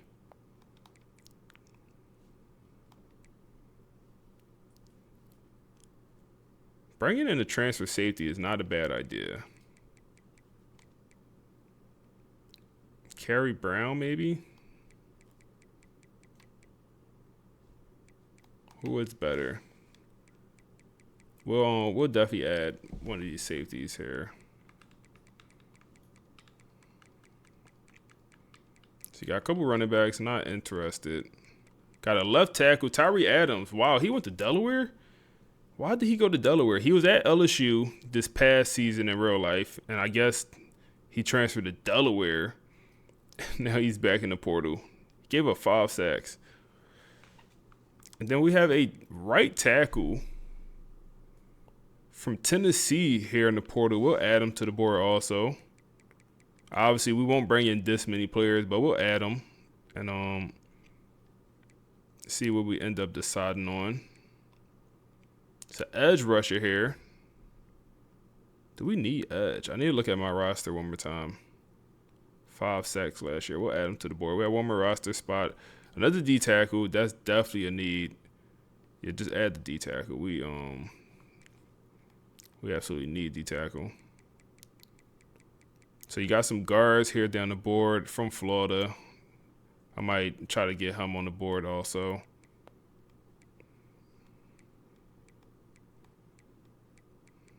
Who else here do I recognize? KK Smith.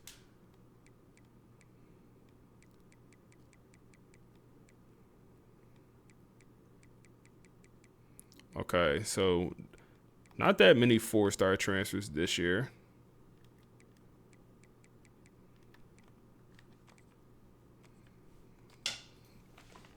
So I like to get, let's look at the roster. They'll tell me more so what we actually need.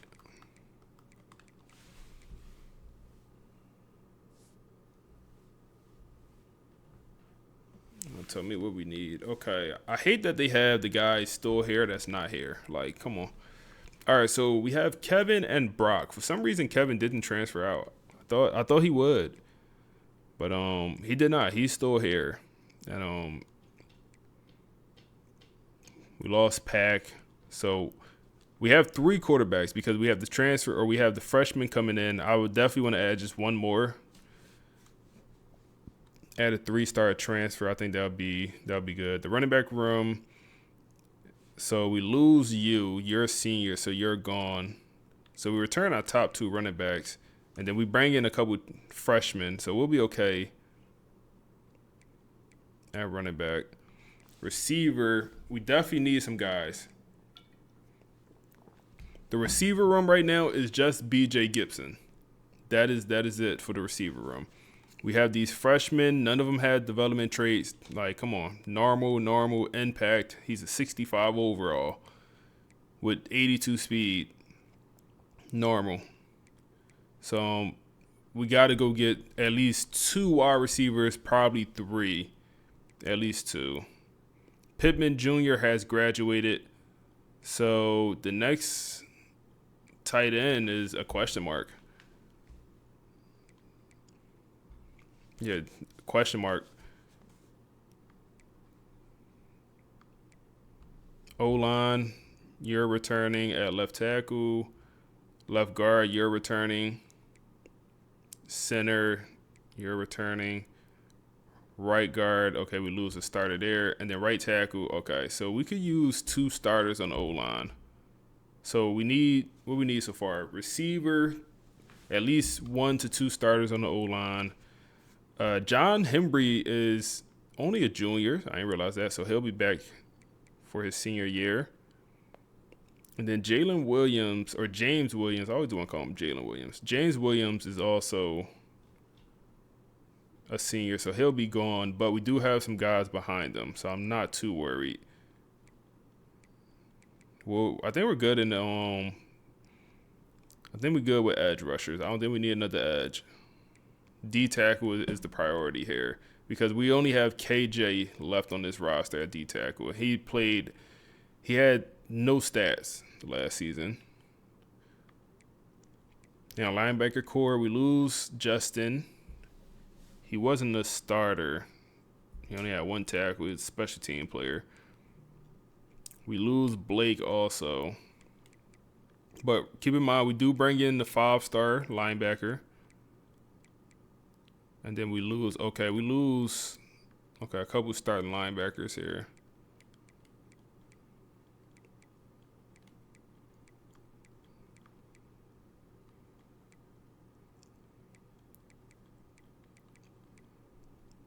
That 5-star freshman going to have to play day 1.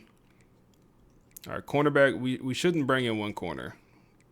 We lose Eric, but Joseph returns, Bates returns. We can't bring in a transfer corner. We can't. We have too many young corners that's going to develop and should take over the room. Okay, safety. We lose our star safety, so definitely bring in a safety. Patterson will, okay. That's good. I wasn't sure if Patterson had one more year left. He does. That works out.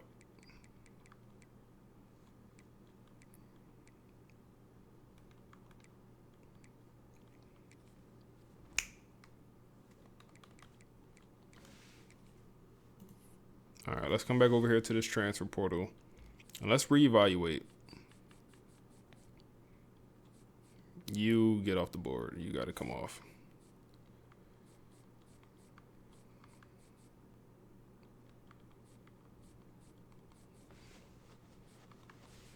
So we need both these receivers. I mean, we need them. Dallas Wilson, come over, bro. Slide, bro.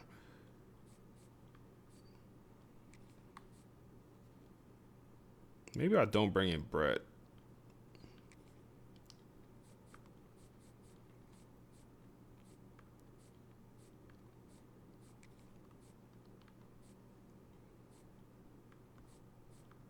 I mean, they from Florida.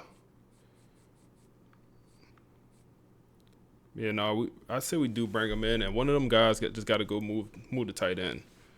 One of those guys got to go play tight end. We'll go after both these linemen here.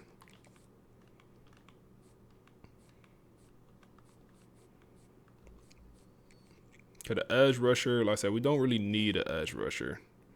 So that's going to be a little bit overkill. We do need these D tackles, though.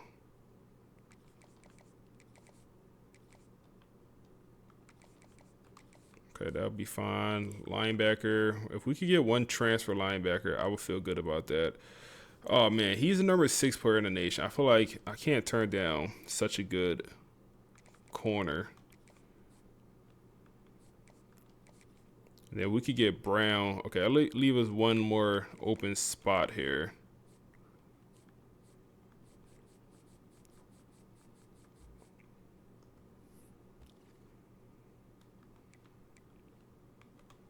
How many transfers are we at?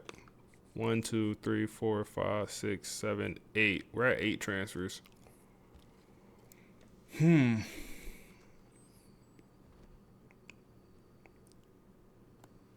I'll probably just keep him at tight end, bro.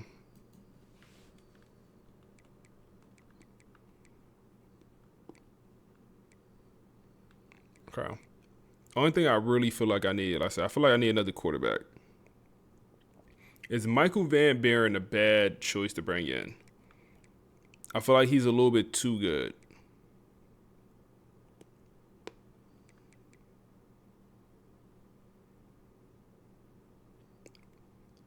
I feel like that's going to be a guy that's expecting to start.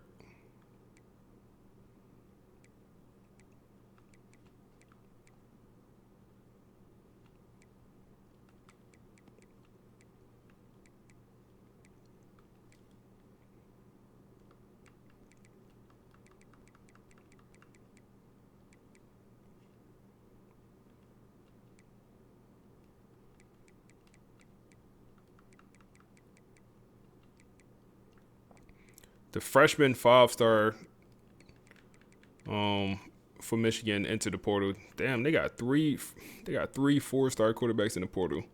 Michigan. I was hoping that freshman 5-star would be a 3-star. I was going to try to bring him in.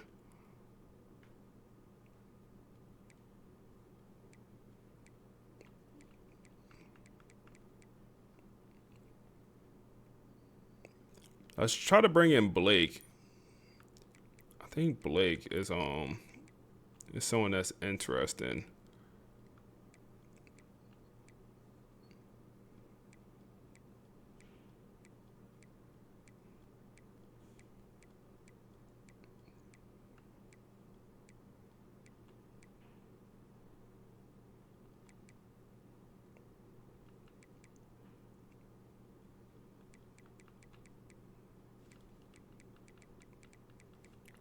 Or actually, let's not prioritize quarterback. Let's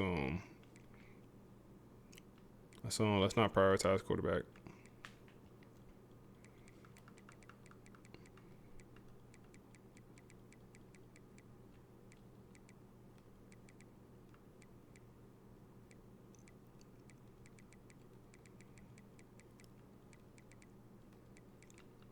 Cormani McClain is here. He is not from Florida in real life. I don't think he is. Maybe he is. He might be. Shazam! He might be. Hey, Craig, appreciate the follow. He might actually be from Florida. I could be bugging on that. He is.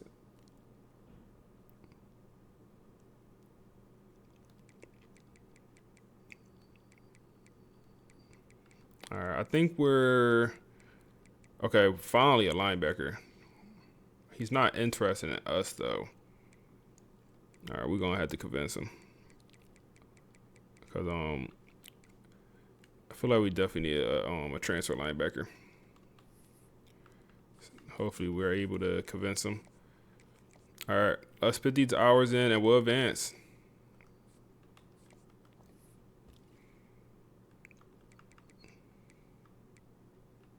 Yeah, let's advance.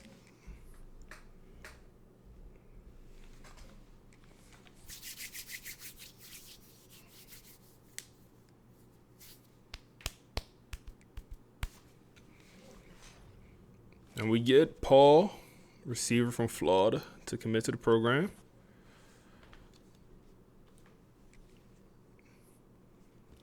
All right, let's see. Okay. So, looks like we're going to get Trinidad, the running back from Florida. Okay, this one is going to be a closer recruitment, but we do know the hard sell. He wants to be an influencer, wants to be a TikToker.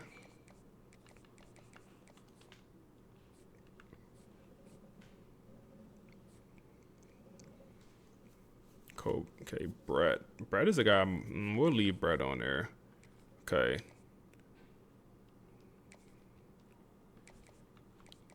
Can we hard sell? Maybe. Yeah, we can. Okay, perfect. We know all the motivations. We can hard sell. Perfect. That usually don't happen this early in the portal. Week 2, and we know it's proper hard sell. Amazing. Amazing. Okay, Dallas Wilson.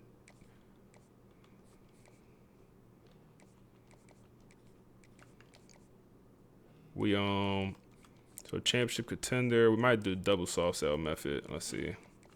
Okay, that's one option.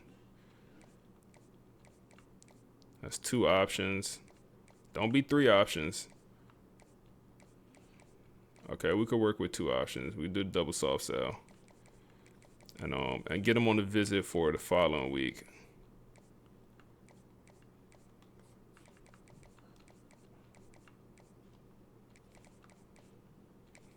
For week 3. All right, that works. All right, for the tight ends, do I need both these tight ends? No. Which one? Let's lean towards the blocking tight end, I think. Yeah, let's lean towards the blocking tight end, man.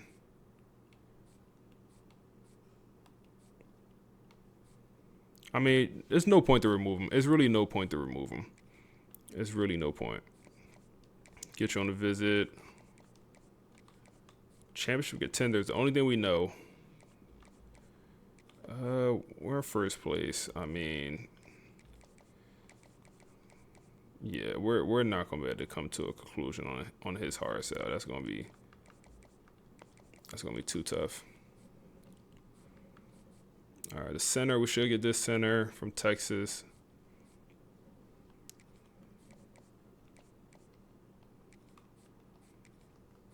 Okay, Walker, get him on a visit for ASAP. Playing style is what he cares about. We won't know his grade or his other stuff. This one, I don't know if we'll be able to get Mike. This guy, I don't think we're getting this guy. We put the wrong hard sell on. Sheesh. Sheesh.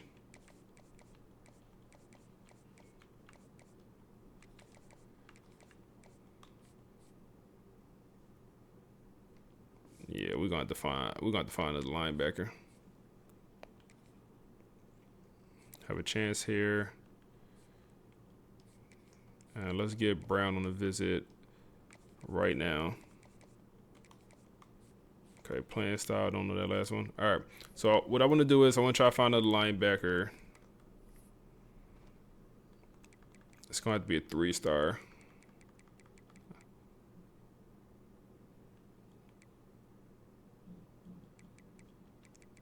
Ooh, Keys. I know about you. Oh, yeah. Number 400 or 147th player. And nobody won her from LSU. Come on. I know he got speed. I'm already knowing. Slide. Devon Keys. And I also want to get a quarterback, but we'll advance one more week, and then we'll try to get a quarterback here, man. I think we're going to go over the transfer limit just by a little bit. We'll see. We'll see. Okay, do get the running back. These are high school kids. We get the 5-star receiver. He finally commits to the program from Oklahoma, man. We bring in 2 5-star receivers and a 5-star quarterback and a 5-star middle linebacker. So that's a pretty good recruiting class for Marcus Vale here in his first year with a whole entire recruiting cycle.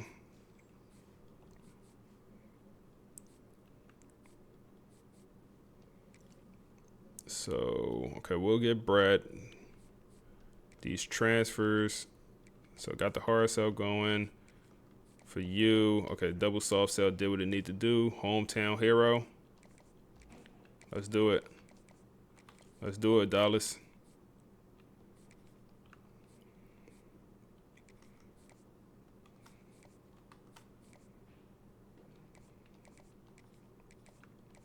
Need to get you on a visit.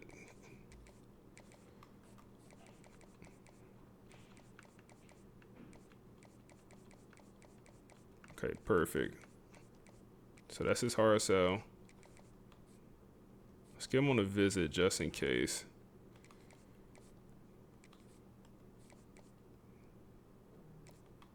Then let's get the hard sell on you. Perfect. So we get those 2 offensive linemen commits. That'll be big time. 2 transfers. This D tackle, man, they really trying to put up a fight for the D tackle. Chill out, bro. You don't want him. All right, this guy with a hard sell now.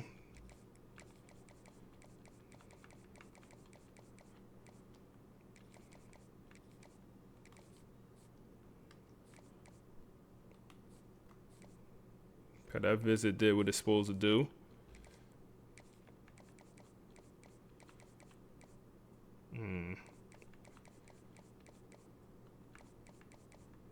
Okay, it looks like it's gonna be that one.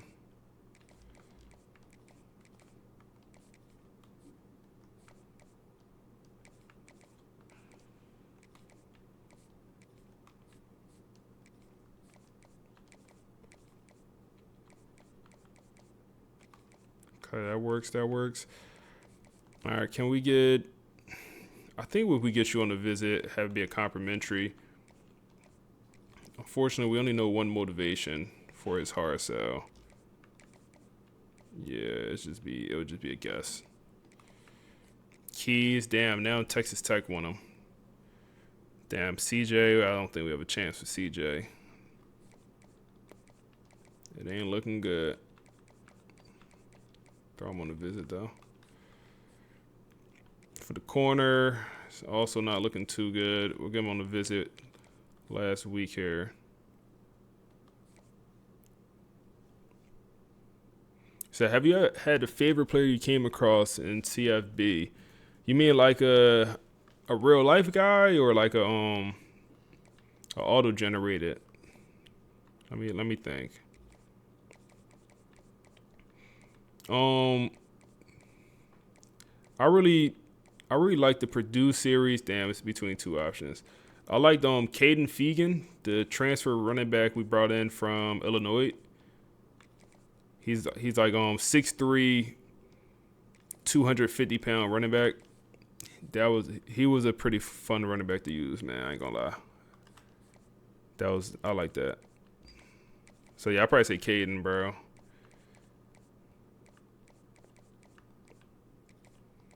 His archetype was an elusive bruiser. But yeah, he's a real life NIL guy. So if you go look at Illinois roster, you'll see this big running back, this big 250-pound running back with some okay speed. So more I think about it, I think I'm a man you progress, I think. Let me know y'all thoughts, but I think I'm gonna end up manually progressing these guys.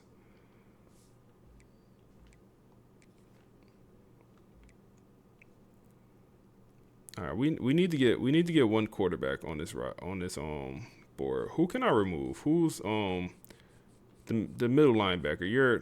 We need you because you're gonna have a complimentary visit. That's gonna be pretty helpful. So that's why I didn't want to remove you.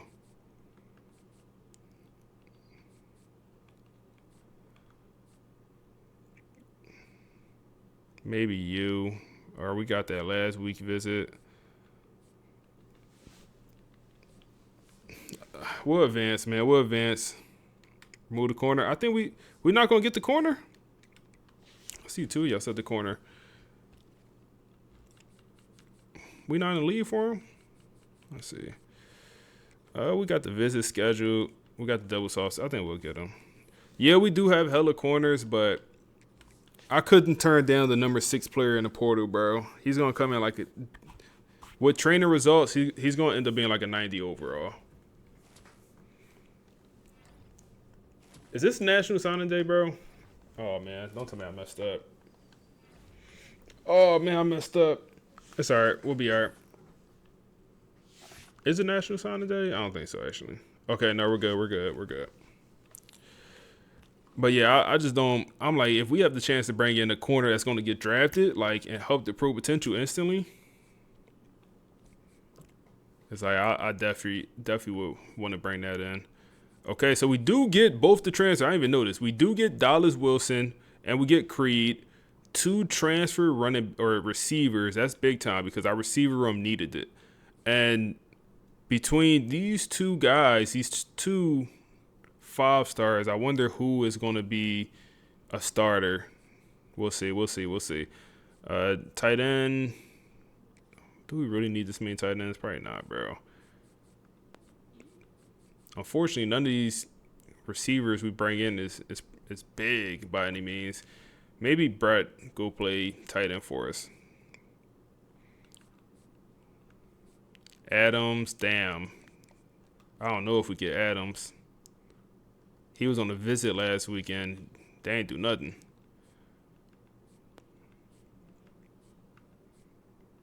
All right, I don't think we get. We have the visit. We might get him. We'll leave him. This guy, it's not looking good. All right, yeah, we don't have a chance for this guy. Let's just get him out. This guy, maybe we have a chance. We got a hard sell. How do we not know his motivation at all? He came on a visit and we learned nothing about him? Come on, bro. You tell me Buddy came on a visit and we learned nothing?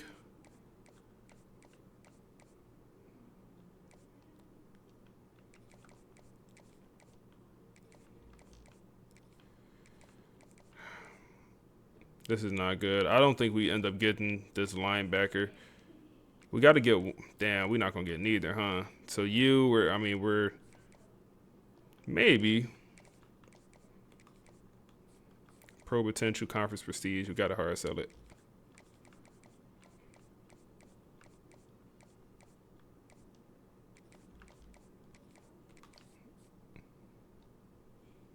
I don't think we end up getting this guy, bro. Nah, we not gonna get him. We'll leave him. Standard. So we should get this guy.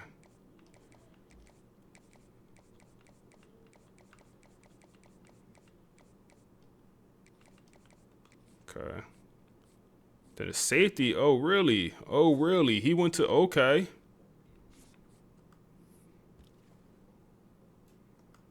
All right, so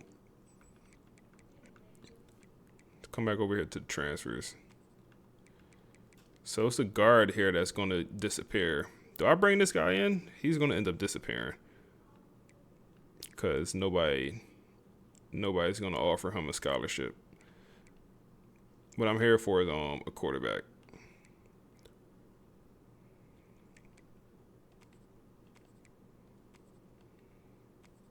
So Michael Van Buren is still here, but he's not the archetype I'm looking for.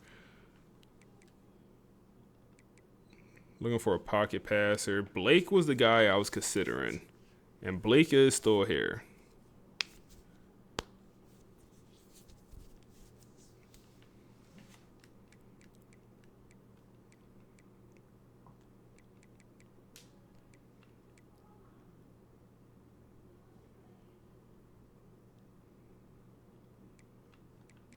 Let's add. I want to scout these two quarterbacks, and whoever one looks better, we'll bring in as a third stringer. Okay, I mean it looks pretty good.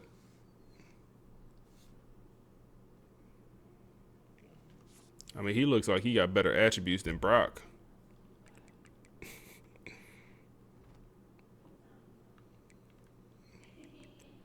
All right, let's see. Notre Dame kid, let's add him and scout him as well.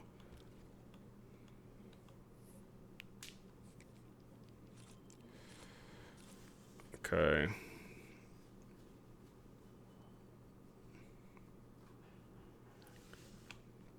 I mean, they both look very similar.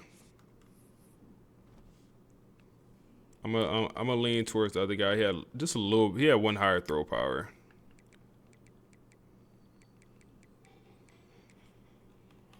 So let's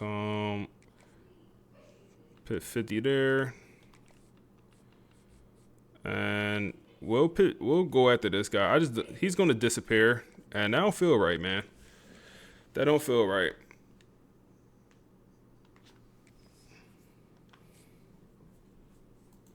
National Signing Day. Shazam! Hey, appreciate the follow, bro. So who y'all got in the? Hey man, I'm going Miami, bro. I'm going Miami. Who y'all got, man? Indiana or Miami? Miami home. They got the home field advantage. But I'm gonna keep saying this. I've been going against Indiana all playoffs ever since I probably started going against them in the regular season when they was doing good. I'm like, they ain't that good. I'm like, they ain't that good. They just kept winning. Every playoff game they won, I'm like, they losing. They losing. Them boys just kept winning, man. D-Lou said, go Canes. Yeah, I'm going with the Canes, man. Damn, we did not get some of these guys. Lost on Tyree Adams. Damn. Okay. National Signing Day. We got to use our coach points before we advance. So we do get the quarterback. He comes in with a star development trait. That's pretty good. Running back room, also pretty solid.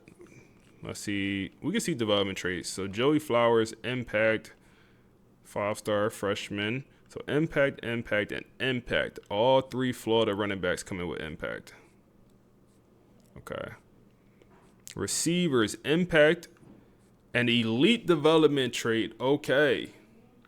The 5-star from Oklahoma. This guy we barely got. But we got him. And he comes in with elite development. Damn, Brad, I knew we should have removed Brad. Normal development. I know he was a buzz, but I'm like, he's a Florida kid. We're going to give him a chance. Another Florida kid, normal. Damn. The Florida receivers supposed to be like that. 2 transfer receivers come in with star. Look where Pack went. I will. Appreciate you reminding me. Why she went nowhere? Damn. The gritty possession tight end that I was about to remove. Y'all probably seen me, bro. I was about to remove him. I almost removed him a couple times. Elite development trait. Wow. And then the blocking tight end, normal. I'm so glad I didn't remove him. Tough. That's lit. That is lit. Adams comes in with a star development trait, but he has went to Alabama. You are the opposition. We do get, okay, I'm glad I went after this guy because we lose Tyree Adams, but we bring in Anderson. So we do bring in 2 starting caliber O-linemen. No edge rusher we went at there. We lose out on one of the D tackles we went for. But we do get 1 transfer, John Walker, who had 10 sacks last year, Florida kid. number 10 player in the transfer portal. So we'll take that.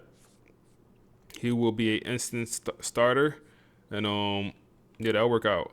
Brought in one linebacker with impact, middle linebacker star, and then impact for the 5-star athlete middle linebacker. He got to be a day one starter. He just has to be.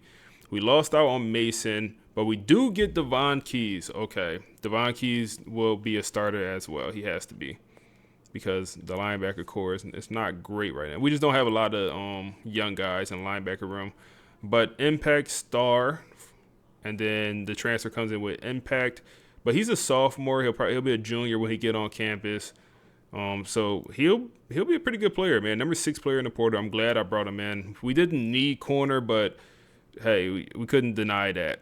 And then we end up not getting a transfer safety. So one of them corners could go move to safety. That's not bad.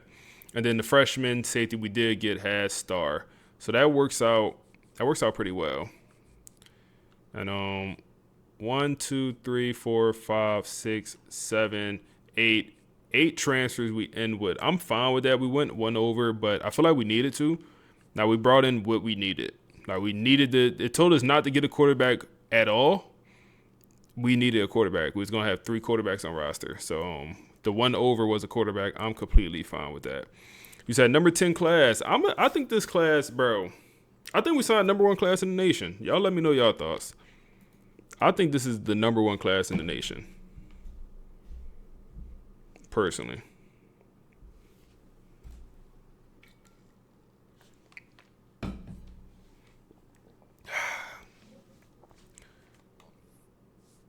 Number 2 class behind Ohio State. Okay, we'll take that.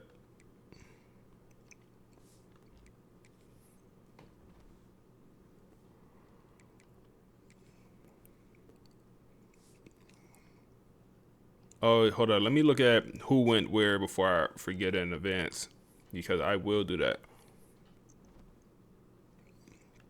All right, who moved around? 4 stars. Where did Marcel Reed go? He went to Texas. I'm already knowing he went to Texas to be the backup. Underwood went to Clemson. Julian Lewis, OU. And Deuce Knight goes to Tennessee. I wonder how many of those guys will be backups. We'll have to see. Okay, Texas also got one of the top receivers in this class from Michigan. Michigan had a lot of guys leaving their team, man. A lot of guys. Bro, how Michigan have such a good roster? Michigan is a team we lost to. They had a great roster. Wow. Damon Williams also goes to Texas with Marcel Reed. Wow. So 2 starting quarterbacks. I didn't even notice DJ Lagway here. He goes to TCU. Bear goes to LSU. This got to be I don't know who that is. That got to be is that a real life player? Maybe it is. I don't recognize the name. Any other big movers here?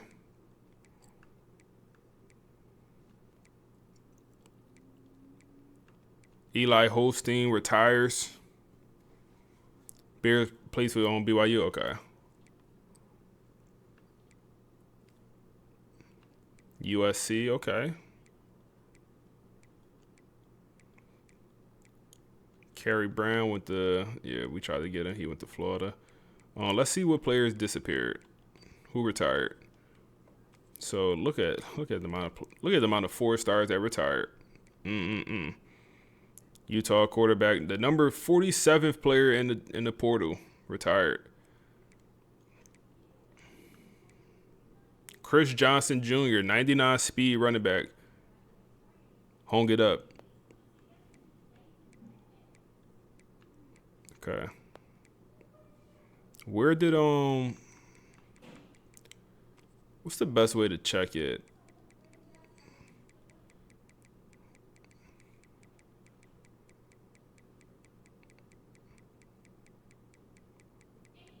Let's I guess go down to Florida. It gotta be a better way to check this, but I want to see where all of our transfers went. We should have went the other way.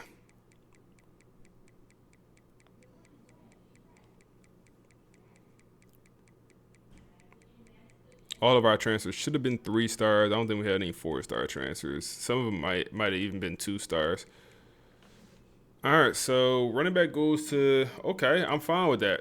But they get a very good freshman running back, Tyreek. He has star development trait. Cam Davis retires. Come on, Cam. Come on, Cam. Oh, man, Cam, you would have been, come on, Cam.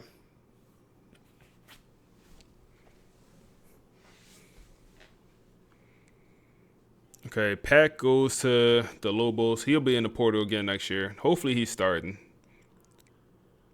And Javon retires also. You would have been a receiver for us.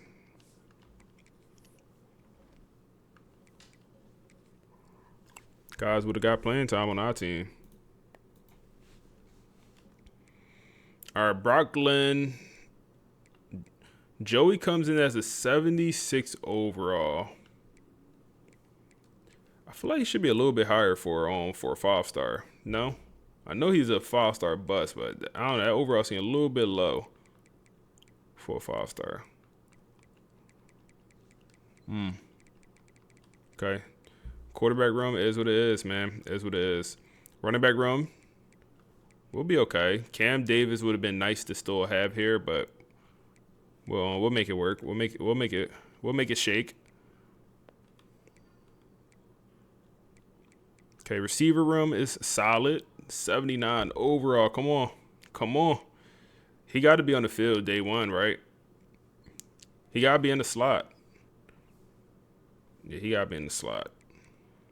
Another 5-star here. We not in the business of on red-shirting players, man. If you good enough to play, you going to play.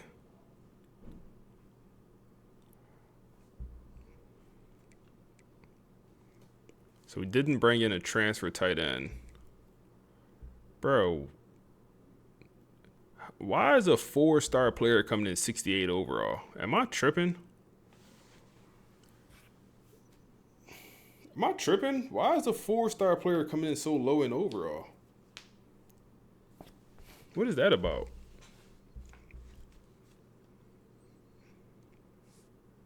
$68 overall? Come on, man.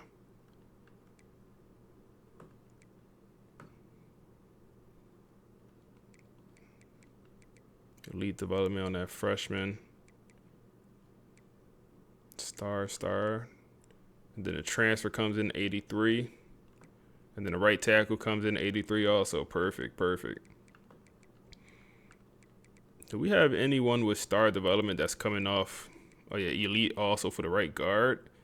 Damn, we brought in 2 elite development O-linemen? I do not remember that. Damn, that's tough. Anyone would start, like, you're at center. The answer is no to the question. Okay, that's fine. Okay, so John Henry returns, and then I guess we got to move you to the. Yeah, you put up.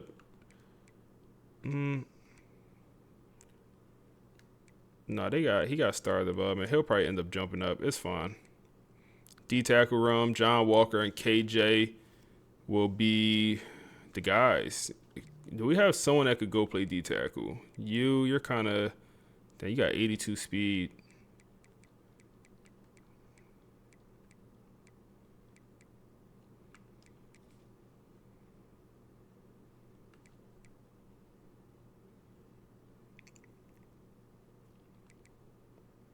Move your D-tackle, undersized D-tackle. I'm fine with that. He said, can you move the foot? Bro, I was trying to move him, but it's going to make me move another. They don't want me to move any. They don't think I got enough tight ends, so they're going to make me move someone over to tight end. So I'm not going to mess with it. They're doing too much with that tight end position. Linebacker core is going to be on the weaker side. Devon Keys is going to be a big help, though. That's going to be a big help for us.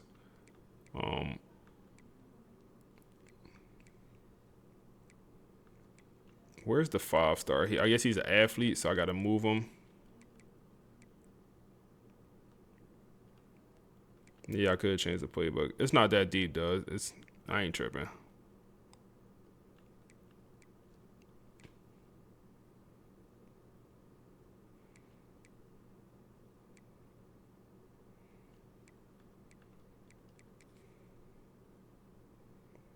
Let's move on to Sam. That's where we need. Yeah, Sam. Okay, cornerback room. He comes in 89, and with progression, like I said, he'll be about 90.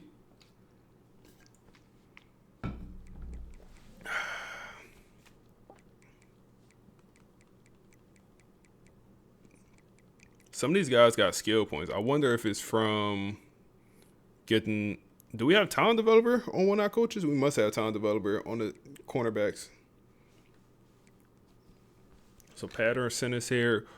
Who would be the best to move to safety? So he's more of a zone corner. Do we just move him to safety?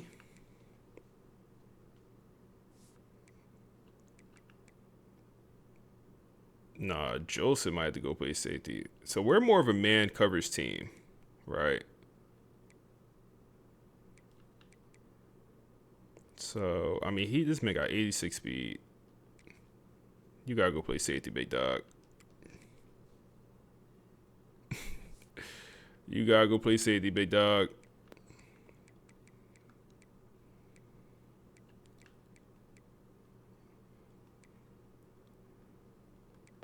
All right, that works. That works. That works.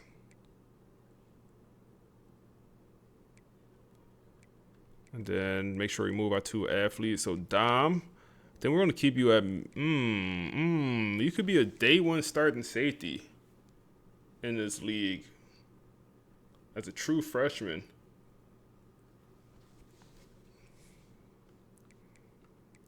And then the context seeking running back. I think you just stick at running back, bro. Yeah, we don't need you nowhere else. Just stick at running back. Maybe you could play linebacker, but we don't need you there. I want to look at this guy, full attribute spread. Unfortunately, from that screen, I love that they add that you could sort by athletes. You don't get to see their full attributes. And it's like, damn, what's the point? By 85 speed, I don't think he's fast enough to play safety, honestly. I know we just put the other guy there with 86 speed, but good tackling, finesse move, power moves. The coverages are okay, or really good for a linebacker. Yeah, we'll stick him at linebacker. Middle.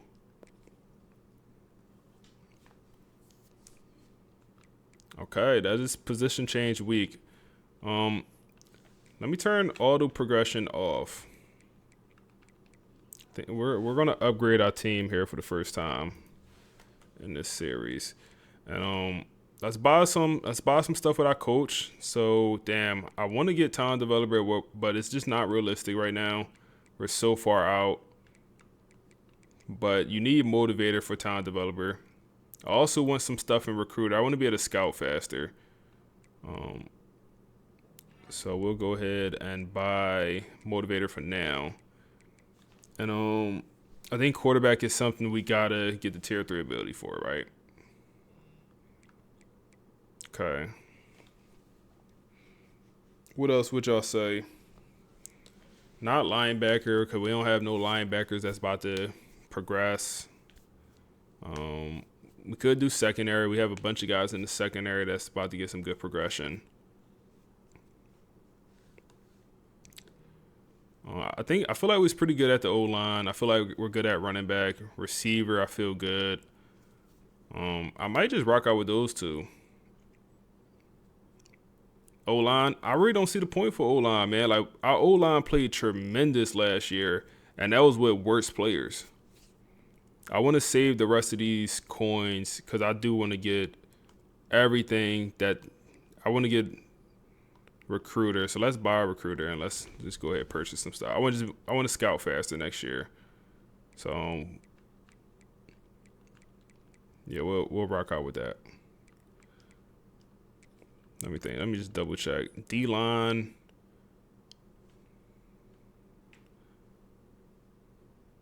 I mean, it was okay on the D-line. Linebackers, no. Receivers, definitely no.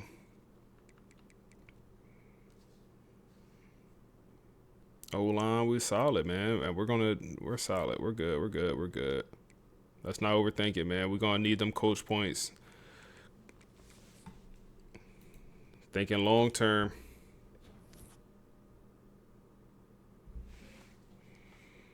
All right, we also moved up to a 4.5-star team here. And whoa. Okay. Increased development trait for John Henry. He barely got any skill points, only 39. But increased development trait. That's tough. All right, let's go and upgrade some of these guys, man. We won't do every single player, but Brock Glenn is a guy I got to upgrade. I think just accuracy. Like throw power 91, that's good enough. The play action is what it is. Speed, like he'll never be fast or anything. Any abilities we need. So we have on time on bronze. We get dot. Need an 85 deep throw accuracy. That's not realistic. All right. Okay, 84 overall. What did he start at? Damn, we should have looked at what he started at. I think we're just gonna max this out. Hey, Mitch, appreciate the follow. So he just got a +2. He's up to 86. 88, another +2. Oh man, don't tell me Brock Glenn about to be elite. Where the Brock Glenn haters at? One more, 90. Oh man, that's what the tactician boost, I'm assuming. So we have 4 more here. Nah, no point in working on that break sack. That ain't gonna ever be good. We could get on time. Improve accuracy when thrown with anticipation. Or resistance to pressure. Step up. No, not step up because I feel like we just don't step up enough in the pocket. Let's get dot. Oh, yeah, let's get dot. Increase accuracy in pocket for open receivers. Get it on bronze. All right, Brock is up to an 87 in the top right. Hey, senior year Brock. We'll upgrade Buddy right here to transfer. Okay, oh man. His skill caps are pretty darn good also. Let's get that accuracy up.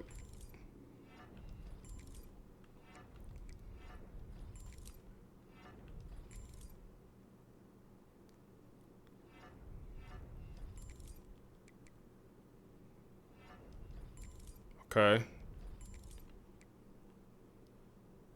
And maybe go 1 to throw power. Okay, that was a dime. He had 87 overall also. 86, 86. Damn.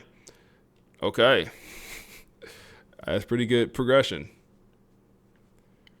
Joe Jackson, East-West playmaker. Oh, it's probably just going to be elusiveness, huh? Yeah. Or any abilities, 360. We'll buy 360 on silver. And then I guess the elusiveness is the only thing we could really upgrade here. Get him up to 92 overall. Then any more abilities? We get sidestep. Yeah, let's get that on silver. Okay, I like that. I feel good about that for Joe Jackson. Good progression. He's up to a 92.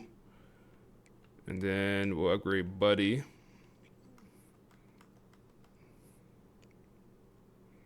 Okay, he got some better skill cap. 1 star. Yeah, no, yeah, okay. You ain't no 1 star. His juke move is pretty darn good. Like, his catching is very good. His route running is okay. What does he need to improve on? Get faster, maybe? I feel like he's a pretty good player for us. Trucking is not even bad.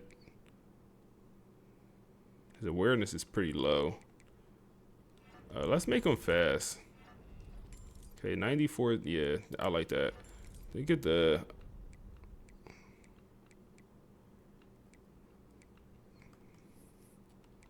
He could get takeoff. Hold up. Get him takeoff. Get him takeoff. Okay. He got takeoff. We got... Okay. He is our third down back, so we'll see how that plays. Now, the receivers, Creed. You are... What's your archetype? Elusive route runner. Damn, we should have changed his archetype, but it is what it is. The hands are okay. No power. What the abilities hitting for? Sidestep 360. Care less. These abilities, dirt. Let's get the route running even better. It's the main thing with this archetype.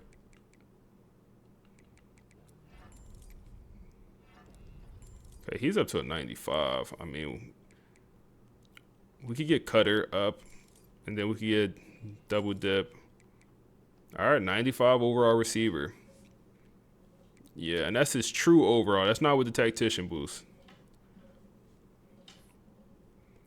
Dallas Wilson, he's not going to be as, can't upgrade him as much, but we get them hands up there a little bit more. 99 spectacular catch.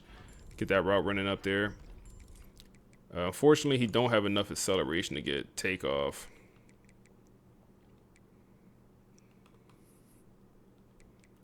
So let's get that route running to an elite level. So he's up to a 94. And I guess we go like double dip. And then let's just go overall. Okay. He's up to a 95. I think we're going to auto progress the rest of the receivers. Even BJ. No, we'll upgrade BJ Gibson. BJ Gibson, he's just our kick returner. I think that's the role he'll play again. So I'm just going to go elusiveness and speed for BJ. And I would like to get that carrying up. Because yeah, like I said, he's our kick returner. He won't be receiver number 3 on this roster. It'll be the true freshman. Tight end. Ain't much to do here.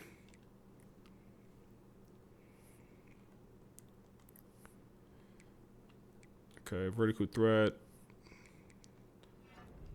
Blocking not awful.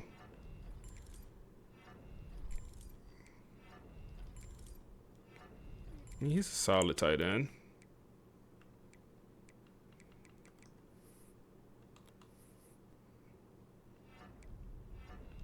I mean, he's a solid tight end, 82 overall.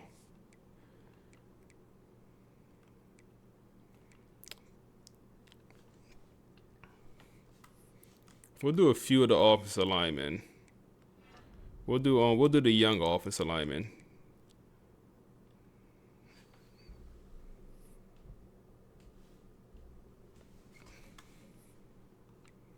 So what's your archetype? Pass protector. Get that run blocking up.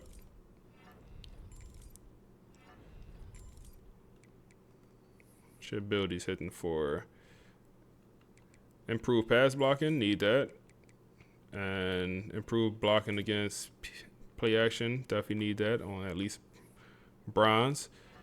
Get the pass blocking up there a little bit. That's going to boost his overall. So, okay. 88 overall. That's good progression.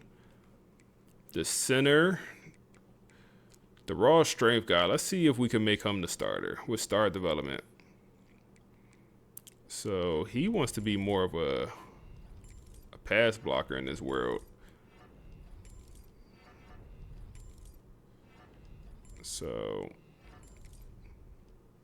you got a lot more potential with the pass blocking.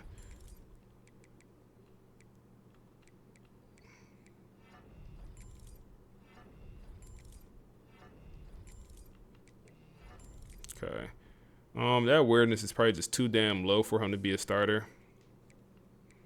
So Nash was a starter last year. We'll upgrade Nash. Also, 4-star. His archetype is raw strength as well. I mean, I think Nash is the better player by a good amount. Okay.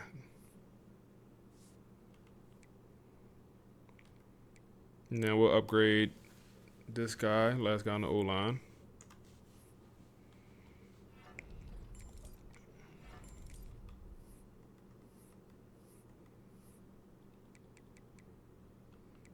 Improve pass blocking, need that.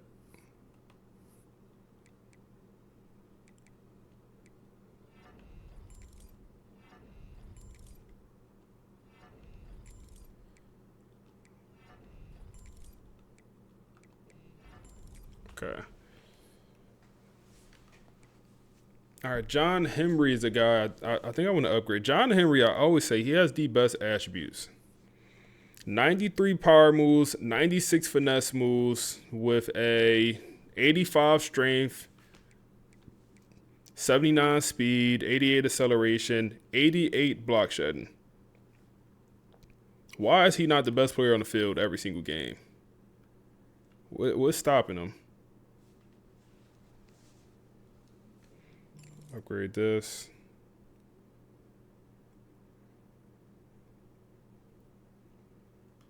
So we can get that ability on maxed out if we increase this. So now 97, 96, right? And get this on. Yeah, come on. Like, why is he not the best thing since sliced bread? Get the run stopping even better.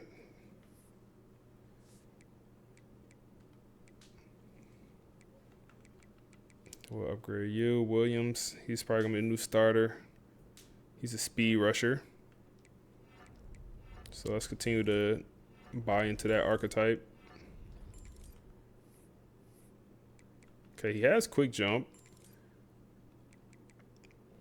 Get that pocket disruptor up there.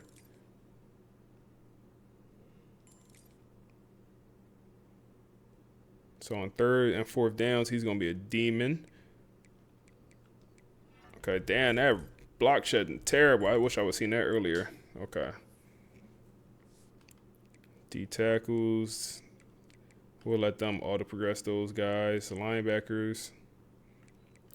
We'll let them auto progress the linebackers. Corner, I gotta progress D'Angelo. I want to progress most of these corners because we play a lot of man defense. And perfect. He don't have a skill cap in man. Oh, D'Angelo. You balled out last year. You damn near won the Jim Thorpe Award. We got to award you with oh my goodness. Are we cheating?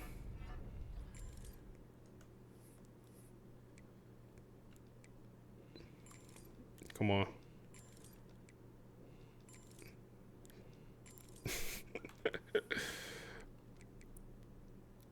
Okay. I don't think he had an interception last year. We got to get this up a little bit. We got to make it at least usable. I feel good about that. 73. I mean, we're a man team. And we just build the corner to, yeah.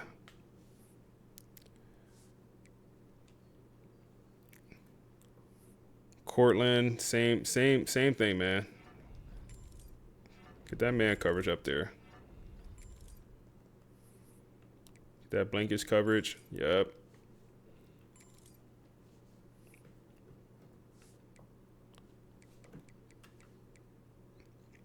And then Bates is probably gonna be the 3rd starter. He's a zone corner.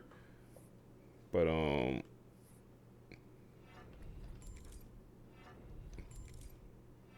still get that man coverage up there.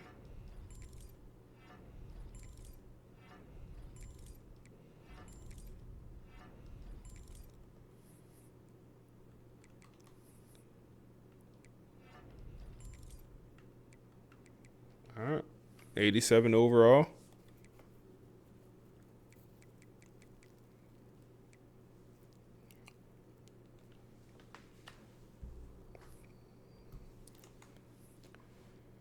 Damn, his skill cap's terrible.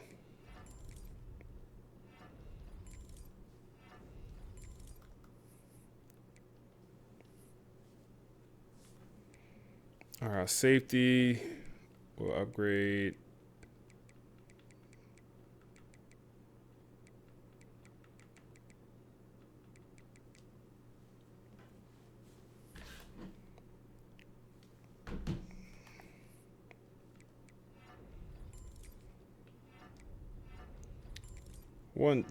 Our safeties need to be able to guard and man coverage also, because we do. Yeah, robber, need that.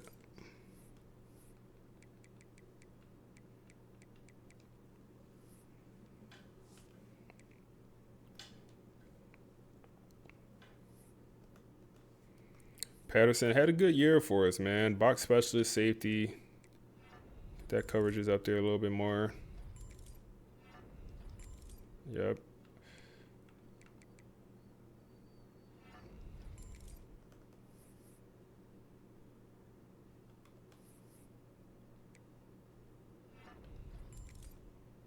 I'm good with that.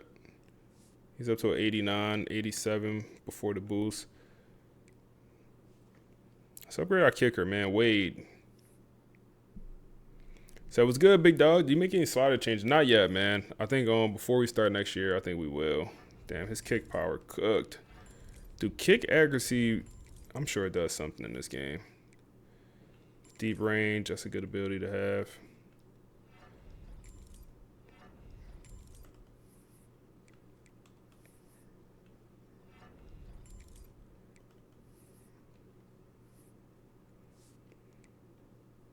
All right, and we're going to let him auto-progress the rest of the roster here. So we'll just hold triangle. So Kevin up to an 86 with auto-progression. Or no. That's with the boost. Without the boost, he only 82. Okay.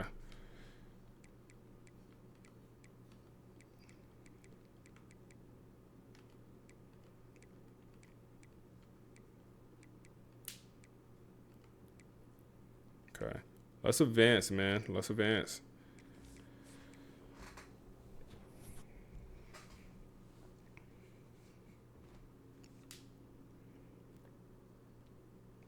Encourage the transfer. This roster might be full.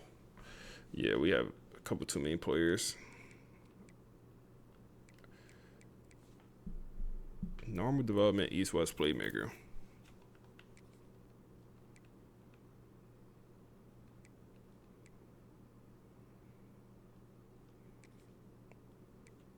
All the normal development guys they got to move around. You could stay.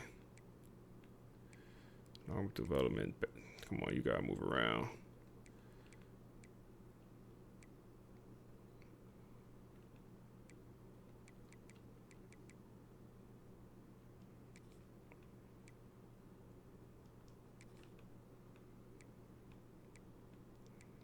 All right, down to 85. Let's go ahead and advance to the next season, man. Oh, man. 92 overall, 94 offense, 91 defense, and preseason has us ranked as the #1 team in the nation, y'all boys. #1 team in the nation. Let's progress these players one more time because it don't auto progress all the guys. So now it should. We could kind of look at our roster and really get an idea of what we have here. Joey Flowers, I want to look at the skill caps on the 5-star. A little bit disappointed with his overall. Thought it'd be a tad bit higher. The skill cap's amazing though. I mean, he's a pocket passing quarterback and he could get. I mean, he has no caps. He has no caps. Speed could get up there. Looseness, IQ, throw power could get up to probably like 94. We could work with that. We could definitely work with that. We could work with that. Running back room. Damn, I wish we would have kept Buddy. Cam Davis. Okay, good skill caps here also. Now other 5-star. Oh my goodness, 3 skill caps total. Beautiful. He's gonna be our day 1 slot receiver. I'll tell you that right now. The elite development guy. Let's see. Skill caps, tight end. Okay. Yeah, Davis at the 9-5 right now, bro. Like, come on, Davis. What we doing, bro? What we really doing, Davis? O-line looks solid. D-line also looks pretty solid. Yeah, D-line is solid. Linebacker core is a little bit gonna be a work in progress. Need Devon Keys. The good thing is we run a 4-2-5, so we don't need 3-4 good linebackers. We could get by with 2 good linebackers, and so I think we'll be okay.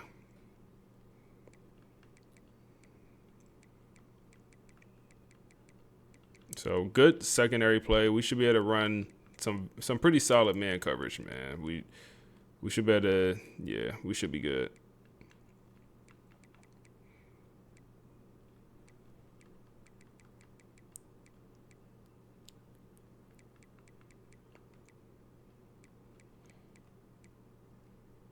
Patterson still here. Then we bring in the freshman, hybrid safety. Perfect. I forgot about you. All right, man. I like the team, man. I like the team. Heisman watch list. Brock Glenn up there. Where Brock at? Okay. We got 2 receivers up there. Okay. No Brock Glenn. Why they disrespecting my dog Brock, man? What's that about? Man? But 2 receivers on the Heisman watch list to start the year. That's cool. Preseason All-Americans. Okay, both the receivers. No Brock. John Henry, the big dog. He's up there here as well. Second team, Joe Jackson. He was a second team All-American last year. Julian Lewis up here as well. And then our kicker, Wade. And then we can look at the conference. Down there, the whole O-line, the whole trenches. Yeah, why are corners not up here? I just realized we got some good corners. There's Brock, projected to be the second team All ACC.